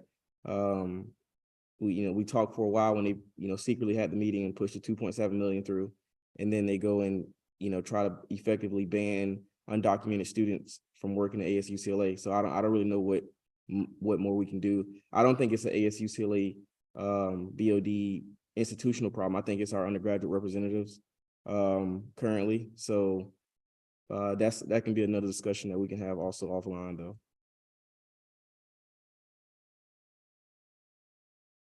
Is that a good one? All right. I see Anna hop back in here. Wait, I'm sorry. Wait, tripping. Yeah, that's right. I'm sorry. We didn't get to you yet, and I'm sorry. Cultural Affairs Commissioner. Okay, hi everyone. So for CAC right now, we have a lot of updates. I'll start off with announcing that our Explosion concert from Hip Hop Congress is happening next Thursday, not this Thursday, but next Thursday. So save the date. More information will be out soon. Our marketing is taking care of that. We're just finishing performance agreements with Fernando and Jonathan right now to get our artists contracted. Next, our 1520 flea for HHC has also been postponed. It's going to happen on the 27th of April instead of the 15th. We just had some logistical issues with the venue, so we have decided to push it back, but that's underway. Next, we have a concert to honor Women's History Month, a little belated, but it's going to be called For the Girls on 4/28. So that's also coming up. And there'll be a vendor list sign up. So if you want to be a vendor, if you identify as a femme person in any way intersectionally, you can apply to that too. Next, I'm also planning the end of the year event for CAC. I'm just booking the venue, and then I'm going to set up meetings with the series that'll be involved. There will be also 2 diverse city tours this quarter, which I'm really excited about. We're thinking of going to Little Ethiopia, and then also thinking of going to K-Town, but I'll share more updates on that soon. We're gonna have buses this quarter. Last quarter we did ride shares, so this quarter, because of our funding, we are able to comfortably use the buses now, so that'll be exciting too. Free transportation, free food, just paid for by CAC, so these tours are really, really nice. Next, I'm also working to follow up on the resolution with the Armenian Student Association. So we're going to set up some sort of maybe collaboration with them. I was talking to Mary over spring break. Next, all my all-staff meetings are planned out. They're happening on the odd weeks of this quarter. So our first one is this Friday. So I'm really excited about that. Our directors meetings are happening on even weeks. So our first directors meeting is next week. Next, just been working a lot on recs and working a lot with SGA on cash advances, refunds, invoices, and performance agreements. And also getting our surplus allocations and making accounts or depositing those funds to our accounts. So I've been trying to contact Linda, but she has not gotten back to me. It's just urgent so that we could launch community. So yeah, I just want to put that out there. We really need a response, because I mean a new account has to be made for community, so that's why it's like I think that's the holdup, but we need to launch it before the quarter really picks up. Okay, and the next arc, we've been having trouble with allocations because they've been asking for a very specific like spreadsheet of our allocations, and like while we have provided it, we have raised our concerns of like how the spreadsheet doesn't cover like what our allocations are for necessarily, like how it supports cultural events, and like a lot of like the of what they wanted to us to input on like the spreadsheet options like wouldn't match what we were funding necessarily. So that has been like a little bit tedious, but like we're learning without like any guidance. So it's been a little bit hard from, just like a student, and like this is a new thing that wasn't implemented last year. So it's just been like a lot of back and forth, but we're figuring it out so that we could start like so I could start updating on like allocations hopefully by next week. Word on Wednesday, this quarter is happening on odd weeks. So not this week though, unfortunately we had to cancel because of a workshop we had to postpone. So week 3, look forward to a poetry workshop because April is National Poetry Month. Next, we have a lot of JRF logistics happening. Yes, Naomi, you're so good at it, so you should come to Word. Okay, JRF logistics are going underway. So like just getting our funding in, and getting our artists and performance agreements ready, and a lot of the other things like vendor permits and stuff like that for the festival. It's a very big event. Memorial Day this year, so just letting y'all know about it. I'm also working with Giovanna and Anna on a collaboration for May. So very, very exciting to do that. You'll hear more about it soon. We're just working on like logistics again. A lot of it is like venues and writers and performance agreements and all that tedious work. But other than that, look forward to the artist development workshop that ARC is putting on, and then our community projects component of ARC is also working to do a cross collaboration with DCT, our diversity tours, to do a showcase on murals in LA, especially like in urban areas of LA. So yeah, oh, and also our merch order is like about to be like finalized, so CAC merch is on its way, and I'm so happy about it. Yeah, okay, so come to events if you want CAC merch. It's really, really nice. Okay, that's all, guys. Thank you.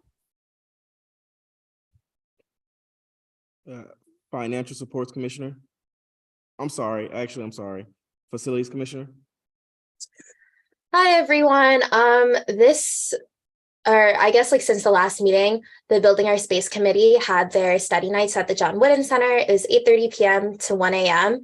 And I think a good number of people showed up each day. Like it was like 20 to 25 people, and a lot of people stayed the whole time. So we gave them free drinks and coffee, and it was very cool to see, people enjoying the study space. I also met with Noor, the GSA president, earlier today to talk about the Lily Shaw Disability Cultural Center. We're furthering conversations about what room in Kirchhoff we want to take. Initially, we were thinking of taking Kirchhoff 138, but there might be some complications with that room, and discussing whether or not we want to apply or find more funding to renovate the space to accommodate more students. I'm meeting with Guy Adams tomorrow to talk about his experiences with the UCLA t-shirt contest for the transit referendum. One of the things that was proposed that we might be able to do is design the next tap card if the transit referendum passes. So it might be a really great way of like engaging students and also having like student created artwork on the tap card so everyone can use it, feel very excited about transit. I'm meeting with the local relations director and EVP tomorrow to talk about Westwood Connected, to make Westwood like a more bikeable, pedestrian friendly, and just overall more accessible neighborhood, just furthering the efforts that he's done with a lot of local organizations in creating a website for what the campaign looks like. The Green Initiative Fund is going to be tabling at the E3 fair on week 3 Friday for Earth Month. And we're going to talk a little bit about the projects that we funded, give more visibility to that, and try to gather people that might be interested in joining TGIF next year, but also receive feedback on the fund. And then some of the other committees, in fact, are working on a project for garment workers' rights and how that intersects with UCLA procurement. We're doing some planning with the John Wooden Center Board of Governors to better engage students in those meetings that have started up again. Our Bruin Bazaar committee is going to be potentially hosting a clothing swap this Friday with Zero Waste. I think it's part of the climate conversations that are part of the larger like Climate Justice Forum campaign that environmentalists of Color Collective and CNI ambassadors are doing. And we're also having our student vendor fair, potentially week 6 Friday. We haven't confirmed a date yet, but we have 18 student vendors recruited. And then our Transportation Equity and Access Committee is going to be looking around campus on Sunday, according to our landscape plan, to see stuff about like scooter infrastructure and safety and accessible walkways. Yeah, and that's pretty much what we've been up to this past couple weeks. Financial Supports Commissioner. Hi, everyone. It's Sarah.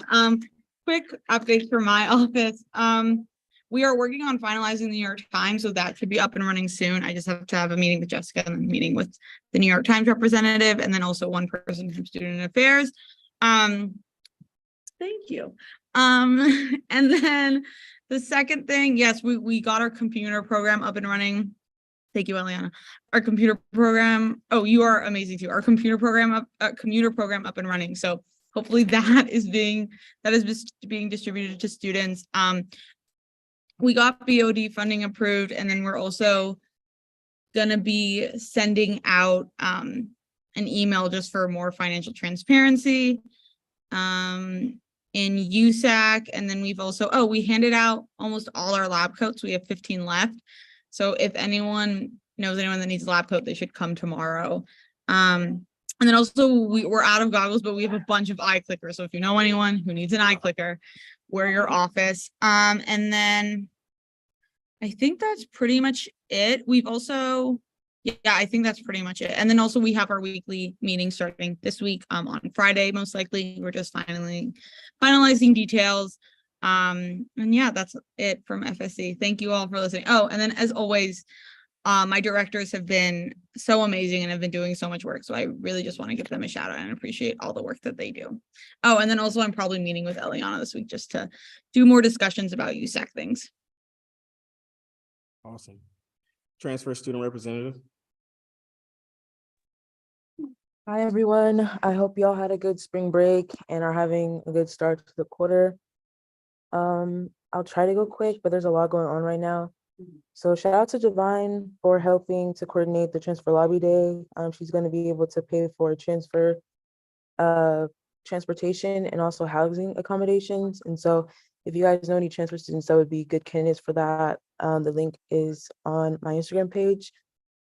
I'm trying to organize the Transfer Unity meetings between the different like orgs that I allocated money towards, but it's kind of difficult to coordinate all these different student leaders. So hopefully I can have that meeting with them soon to explain like the process to access the funds, but also to get a gauge of what events they would want to have with those funds.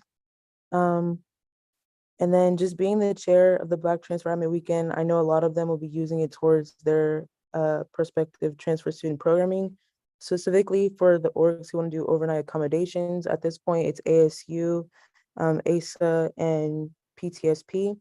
And so we're really glad to hear about that BOD funding because these overnight accommodations are expensive, even though we're getting student rates.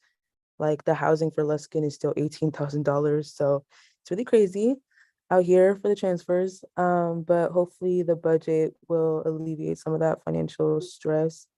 I'm working with PTSP and Umoja to have an anime watch party at the transfer center. So we're gonna have the first meeting for that on Friday. I did have some significant issues with my USAC stipend. I was actually working for 2 months without like my stipend, and I was told that I was gonna get it on March 29th, and there was like an issue to receive it on March 29th. I had to advocate for myself to get like a resolution for it, but it was just kind of like a crazy situation considering like the previous TSR left and I have been working so hard for those past 2 months. And to just have like all this miscommunication about like my funds that I need as a student. So I did want to mention that. And I also know that this isn't the first time that has happened. So I think that there needs to be more accounting of whoever is dishing out stipends. I am working on the first Pan-African Mental Health Week. I'm hoping to get that sponsored by the SWC. So I'll be applying for Anna's funding grants. It will be a collaboration with the East African Student Association, the Afro-Latinx Connection, Umoja, the Caribbean Student Association, and then the Faces of African Muslims. That'll be during week 4.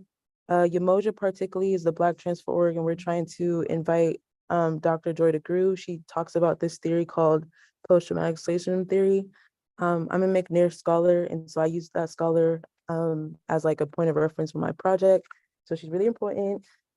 I've been working with my chief of staff to get the TSR staff finalized. Shout out to all 3 of them because we were working over winter break or over spring break, and it was kind of a mess.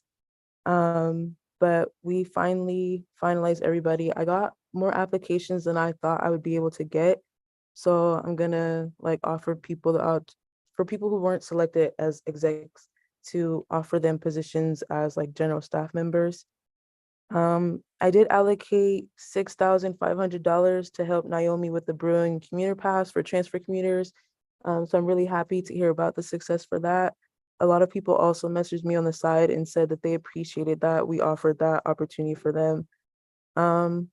Also going to be working with Ileana and Phoebe to work on the memorial statues.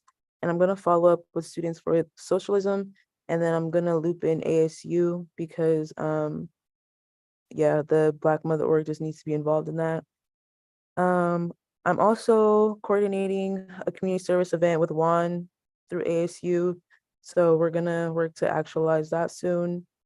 The Umoja Day for UCLA is gonna happen on April 17th. So I'll be a representative for that as a Umoja alumna. I did want to collaborate with Daniela. She reached out, but I haven't had the chance to follow up because things are crazy. I've been working with CCCP to strengthen the TSR's external relationships, particularly with community colleges, because I don't think that's really something that's been done in the past. I'm supposed to be organizing an Armenian transfer event with ASA, but that also wasn't able to happen because of finals week. So I'm gonna pick that back up. I'm working with Mecha and Umoja to organize a Black and Brown banquet. It'll be like a award ceremony to celebrate Black and Brown transfers in the community. So I hope that you guys will all support that as well.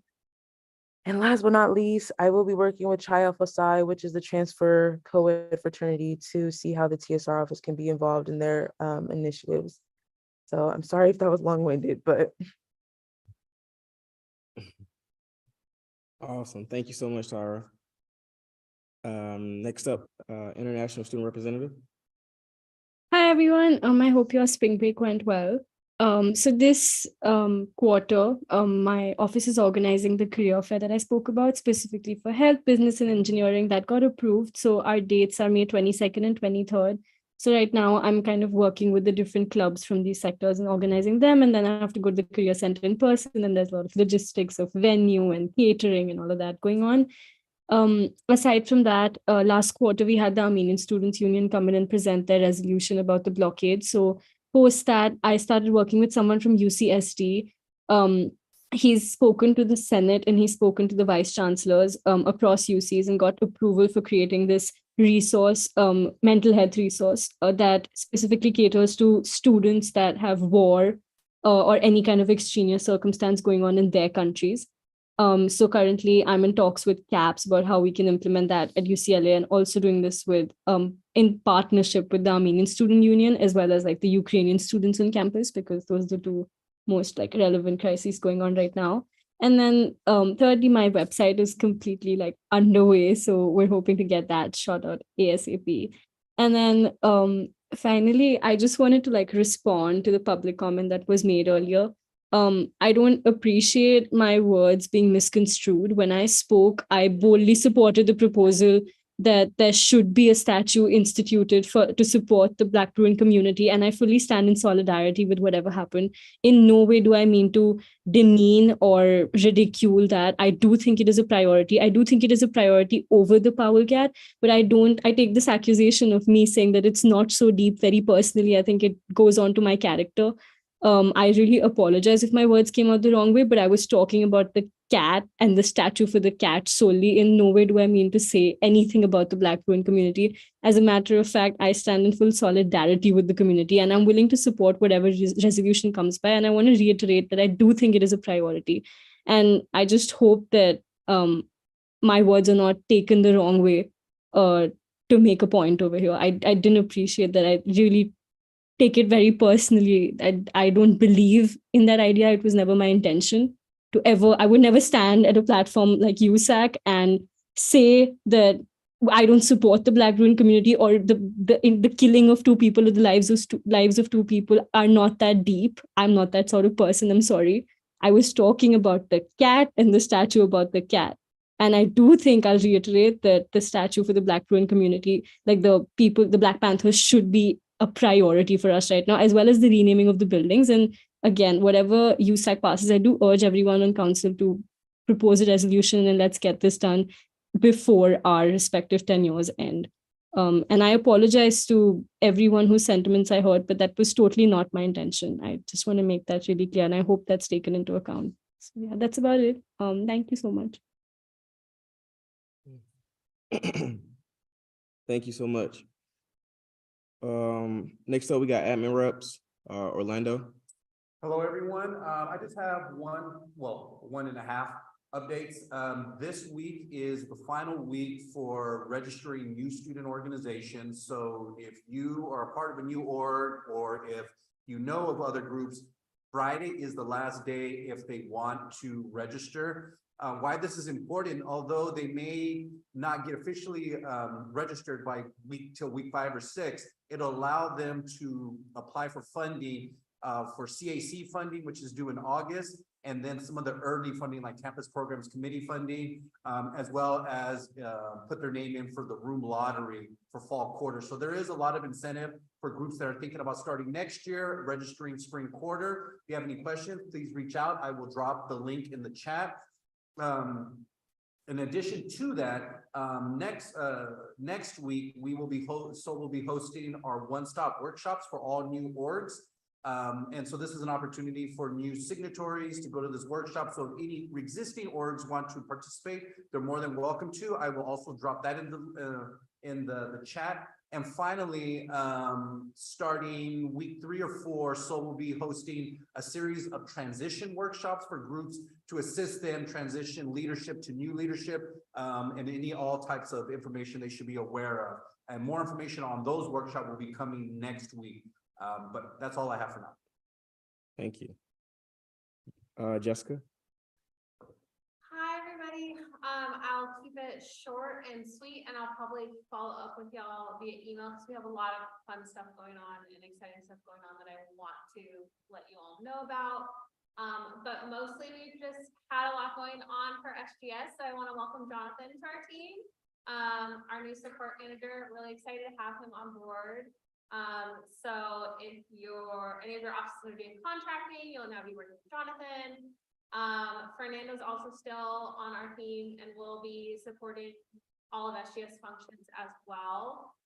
So just excited to have more support for you all.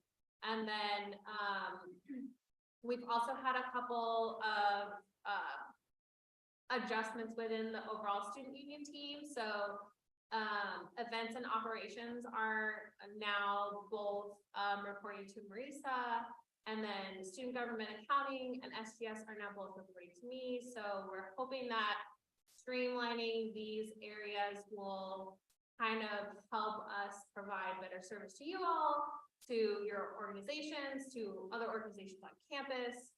So, we'll be also following up and trying to set up some meetings soon to just go over some of the concerns that have been raised tonight and that have been raised in other council meetings of just like process efficiencies and, communication, training and onboarding in a better manner. I mean, we've had some of these meetings already, but we're going to continue doing so. And hopefully, as we welcome in a new council, we'll get a lot of these things back on track.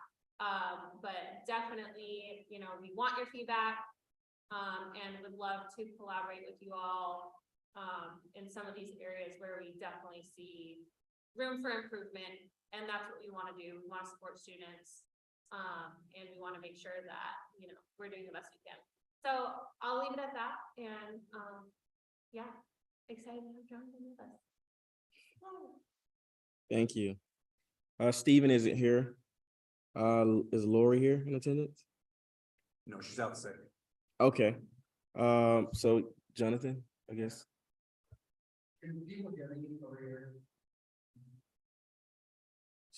They said they can hear you a little bit.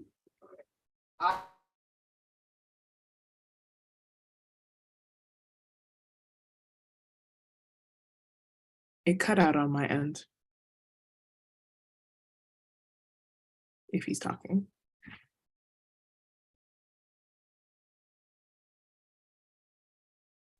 How about this? Oh, wait.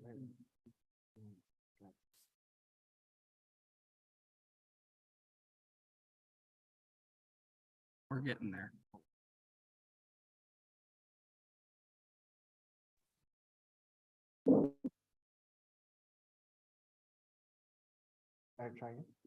Can folks hear me now?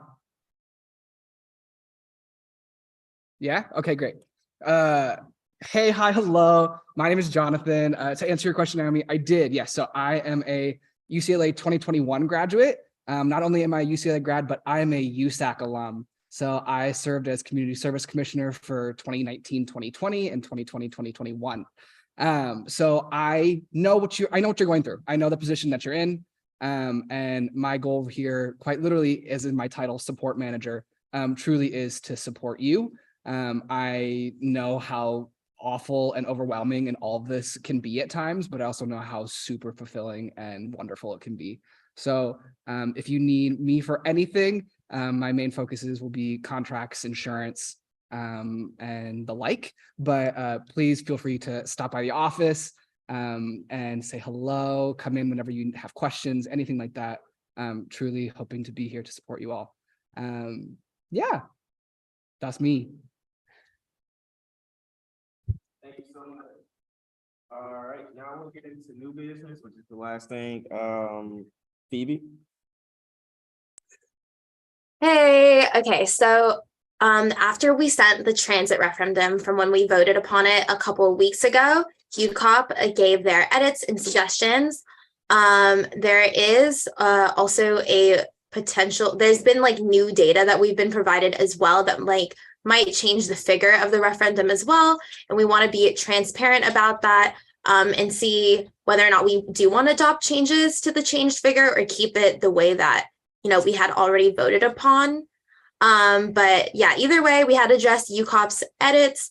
And that is what we're going to be presenting to you all today so that, everyone can like have their questions answered and, continue being engaged and part of this collaborative process before it lands on the ballot. So I'm going to hand it off to Jeff, who is one of the campaign representatives and works in my office to talk about it.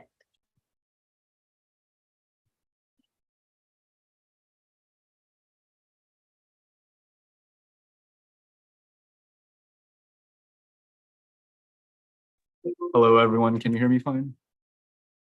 Yeah, awesome. All right. Hey, I'm Jeff. I am from the campaign team. I'm also part of the facilities commission under Phoebe, and I'm here to represent the campaign as well as Abdallah, who was the representative from UCLA Transportation, who we've been working closely with. He is not able to come to tonight's meeting because he is currently observing Ramadan, but I wanted to convey some of his updates. So like Phoebe said, the text had been reviewed by UCOP. Shout out to Mike Kahn, the director of Seoul, for facilitating that process, and thank you to UCOP for their edits. And we have made those edits and we have sent them back to Mike to continue the review process with the Chancellor's office. So like Phoebe said, we are requesting a slight fee increase to the original $2.65 figure that was approved during the March 7th council meeting. We are proposing an increase to $3.30 per quarter. Given new information we've got from Abdallah from UCLA Transportation, this fee increase is primarily aimed at including the cost of the actual tap cards that students will receive. So initially we weren't able to include it in the original fee because one of the reasons was that Abdallah and UCLA Transportation were originally planning for a broader range of options for like fare media other than the physical tap cards, such as the virtual mobile tap cards. However, Metro told Abdallah that only the physical tap cards could be used for special passes like the one we are proposing, which creates more of a cost. And the cost of the physical tap cards is $2 a piece. And this fee increase to $3.30 doesn't technically doesn't cover the cost. UCLA Transportation will still be subsidizing any difference. The rationale behind increasing this fee is to rather than have people pay $2 at the central ticket office. We thought it would be more equitable to bake the price of the tap card into the fee, since it means that students receiving financial aid will have that cost covered by their financial aid. And even those who pay the full fee will pay less than what they would actually pay for a tap card if they were to pay for it up front. And we also believe that it will remove any barriers to entry. So as not to like, just make it as easy as possible to participate in the transit program. Now, I understand that people on the council might be frustrated that we're coming to you with an increase in price, especially after it had been voted on. And I share those frustrations myself as the person who's responsible for interfacing with UCLA Transportation and shepherding this referendum throughout the process, and as the one who's going to be ultimately answerable to the voting population. However, before there are any suggestions that we have been negligent or deliberately misleading in any way, shape, or form, I just want to say that we have been actually very transparent. We have met or tried to meet with each of the council offices starting from the end of January, working around everyone's schedules and midterms and other commitments, and soliciting feedback and ensuring everyone's concerns were addressed. And at each of these meetings, prior to having the finalized figure, we have given estimates of no less than $5 per quarter at least. And we have also been very clear that we've deferred to UCLA Transportation and their expertise in calculating the price. And I also want to note that this final price, while not as ideal as the one before, is still less than the initial estimates we provided to each council member individually. Just want to say that any notion that we were deliberately misleading council and being unprofessional or springing any last minute changes is simply not true. And Abdallah has told me there will be no more fee increases after this. And even if there will be, he has told me he will resist those changes and fight to have UCLA Transportation absorb any costs. He is a really firm believer in having the price remain below $10 per academic year. And yeah, So just want to say we've worked hard to keep the price as low as affordable as possible. And the slight fee increase is about reducing that upfront financial barrier to obtaining a tap card. So thank you for your consideration, and I am happy to take any questions. Yeah. Oh, sorry. Yeah, I just wanted to comment because I think you're referring to the email I sent regarding this proposal. So, we voted on a specific language with a specific price, right, at a meeting. I think it was $2.65. Like, per our bylaws, we voted on it. Robert's Rules of Order, the direct language was voted on. That's what we voted on per the dollar. So it goes against our constitution, it goes against our bylaws for someone to take a resolution or take anything that we write and to say, well, hey, we're going to forward this up to the appropriate chain, but hey, we're going to change this. And I'm not saying that was your intentions. Maybe, you or anyone else, I don't, maybe y'all just like ignorant to the process. But when you're dealing with money, when you're dealing with prices, student fees, specifically like money that's going to affect the entire school, $2.65 to $3 and some change, that's a big difference. That's a huge difference. And that needs to be brief. It shouldn't be like a, hey, yeah, council voted on it. This is the very direct language, but we're going to change these numbers. That's unprofessional. That's not how council works. That's not how council has ever worked. So, in the future, if there's proposals like this to my future council members who may be in, different leadership positions next year, if you vote on a specific language to the very period and the very comma, it needs to be sent on behalf of USAC the way it was voted upon. Okay. So I do appreciate your comments, but at the end of the day, council voted on a certain thing. Obviously, we can vote. We're going to vote tonight because this is a voting item, correct? You want to increase the price. And I don't think any council member, if they do have any problems with increasing the price, obviously they'll make their comments or concerns, but I don't think this will be like a big deal. It's just like setting precedent so that we don't, vote for this one today and then I get another email. We're actually going to increase it to $5. You see what I'm saying? So that's where I was coming from with it, okay? Does any council members have any questions regarding this? Yeah, let me just respond to that real quick. Yeah, I just want to apologize again, for the last minute change. When it came up to us, we were really shocked when Abdallah gave us the new figure estimate. At first, there was something about the calculation of the return, return to aid. So that was something that came up. But in terms of feeling a little blindsided, I agree. This was not the ideal way of communicating this change. Apparently, on their side, they were really working hard to see if there could be digital options for the Metro Pass. And unfortunately, the digital pass didn't work out. So they were talking about the tap card itself and how Metro requires UCLA students to use the Metro physical tap card to do that. So that wasn't something that was in the initial calculation.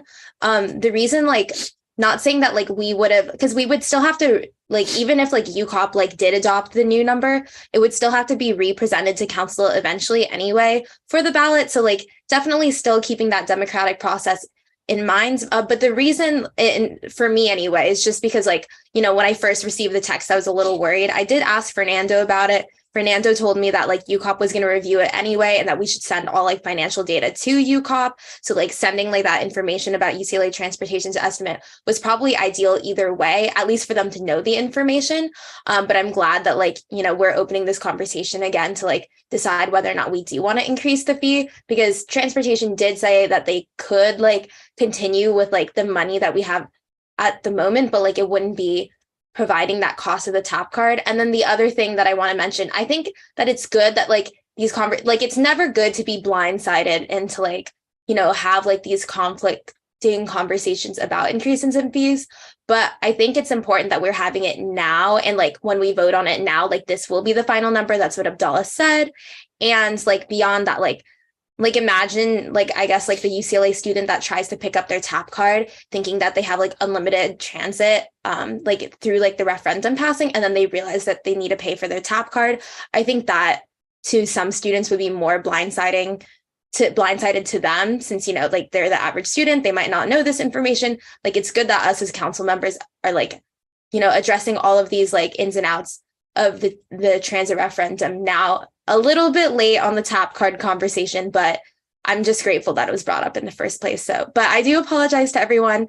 This is not ideal, but hopefully, it's still less than a cup of coffee. So hopefully it's still a vibe. Yeah, Jessica, you got something to say first? Just a more clarifying question, because I think under new business, it wasn't an action item. And then it was just updated right now. So I just wanted to clarify, was this on the agenda as an action item at the beginning of the meeting? And if not, then we need to motion and vote to make it an action item. Yeah. This was not, so we might have to motion and vote for this to be an action item first. Is that your intentions for this, Phoebe, to have a vote on this, to update it? Yeah, I would like to motion to, well, okay, I think for the UCOP edits, I don't know if does that part need the motion too, or is it just like the change of the number? I think it's changing. Yeah, so if you're trying to vote to formally amend the amount, then it's just a vote on that, because to my understanding, UCOP is still reviewing and will potentially recommend additional changes. We're not sure, like that part's not finalized. And then you take your final vote on the referendum as it's going to appear on the ballot. So your next vote will be when Anna presents the full ballot. And it has the referendum language included. So you don't need to take any further votes on the language within like the review and edit process with either UCOP or the Chancellor's Office of any back from their. Okay. So this motion to update the actual amount of the fee. Okay, yeah, that makes sense. Also to clarify, right, UCOP is gonna like look at the edits we made to like based off of their comments. They'll take it, they'll like approve it, and then they'll give it to Chancellor Block, and like he'll do like the same thing. So yeah, agreed that like the language is potentially going to shift again just because of like all of the other like admin people that are going to look at it before it comes to the ballot. But yes, I motion to amend the fee amount for the transit referendum from $2.65 to $3.30. Well, we need to vote. Oh, right. Sorry. I motion to bring it as an action item. I second. Okay, Phoebe motions, Alicia seconds. All in favor, please raise your hand.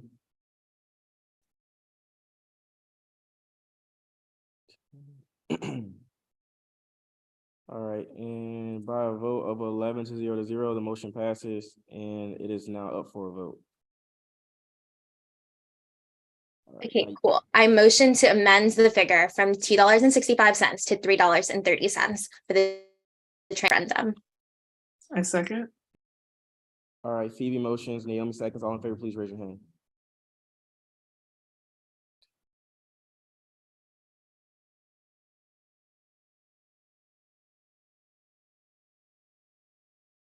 All right, everyone lower their hands.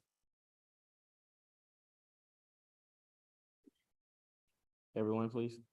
All right, all against, please raise your hand. All abstaining, please raise your hand. All right, we got 11 council members here, only 10 votes. By a vote of 10 to 0, the motion passes, and the amount is increased from $2.65 to $3.30. Awesome. All right, that's our last thing. Last thing I just want to say, everyone, just so you know, council meetings are in person this spring.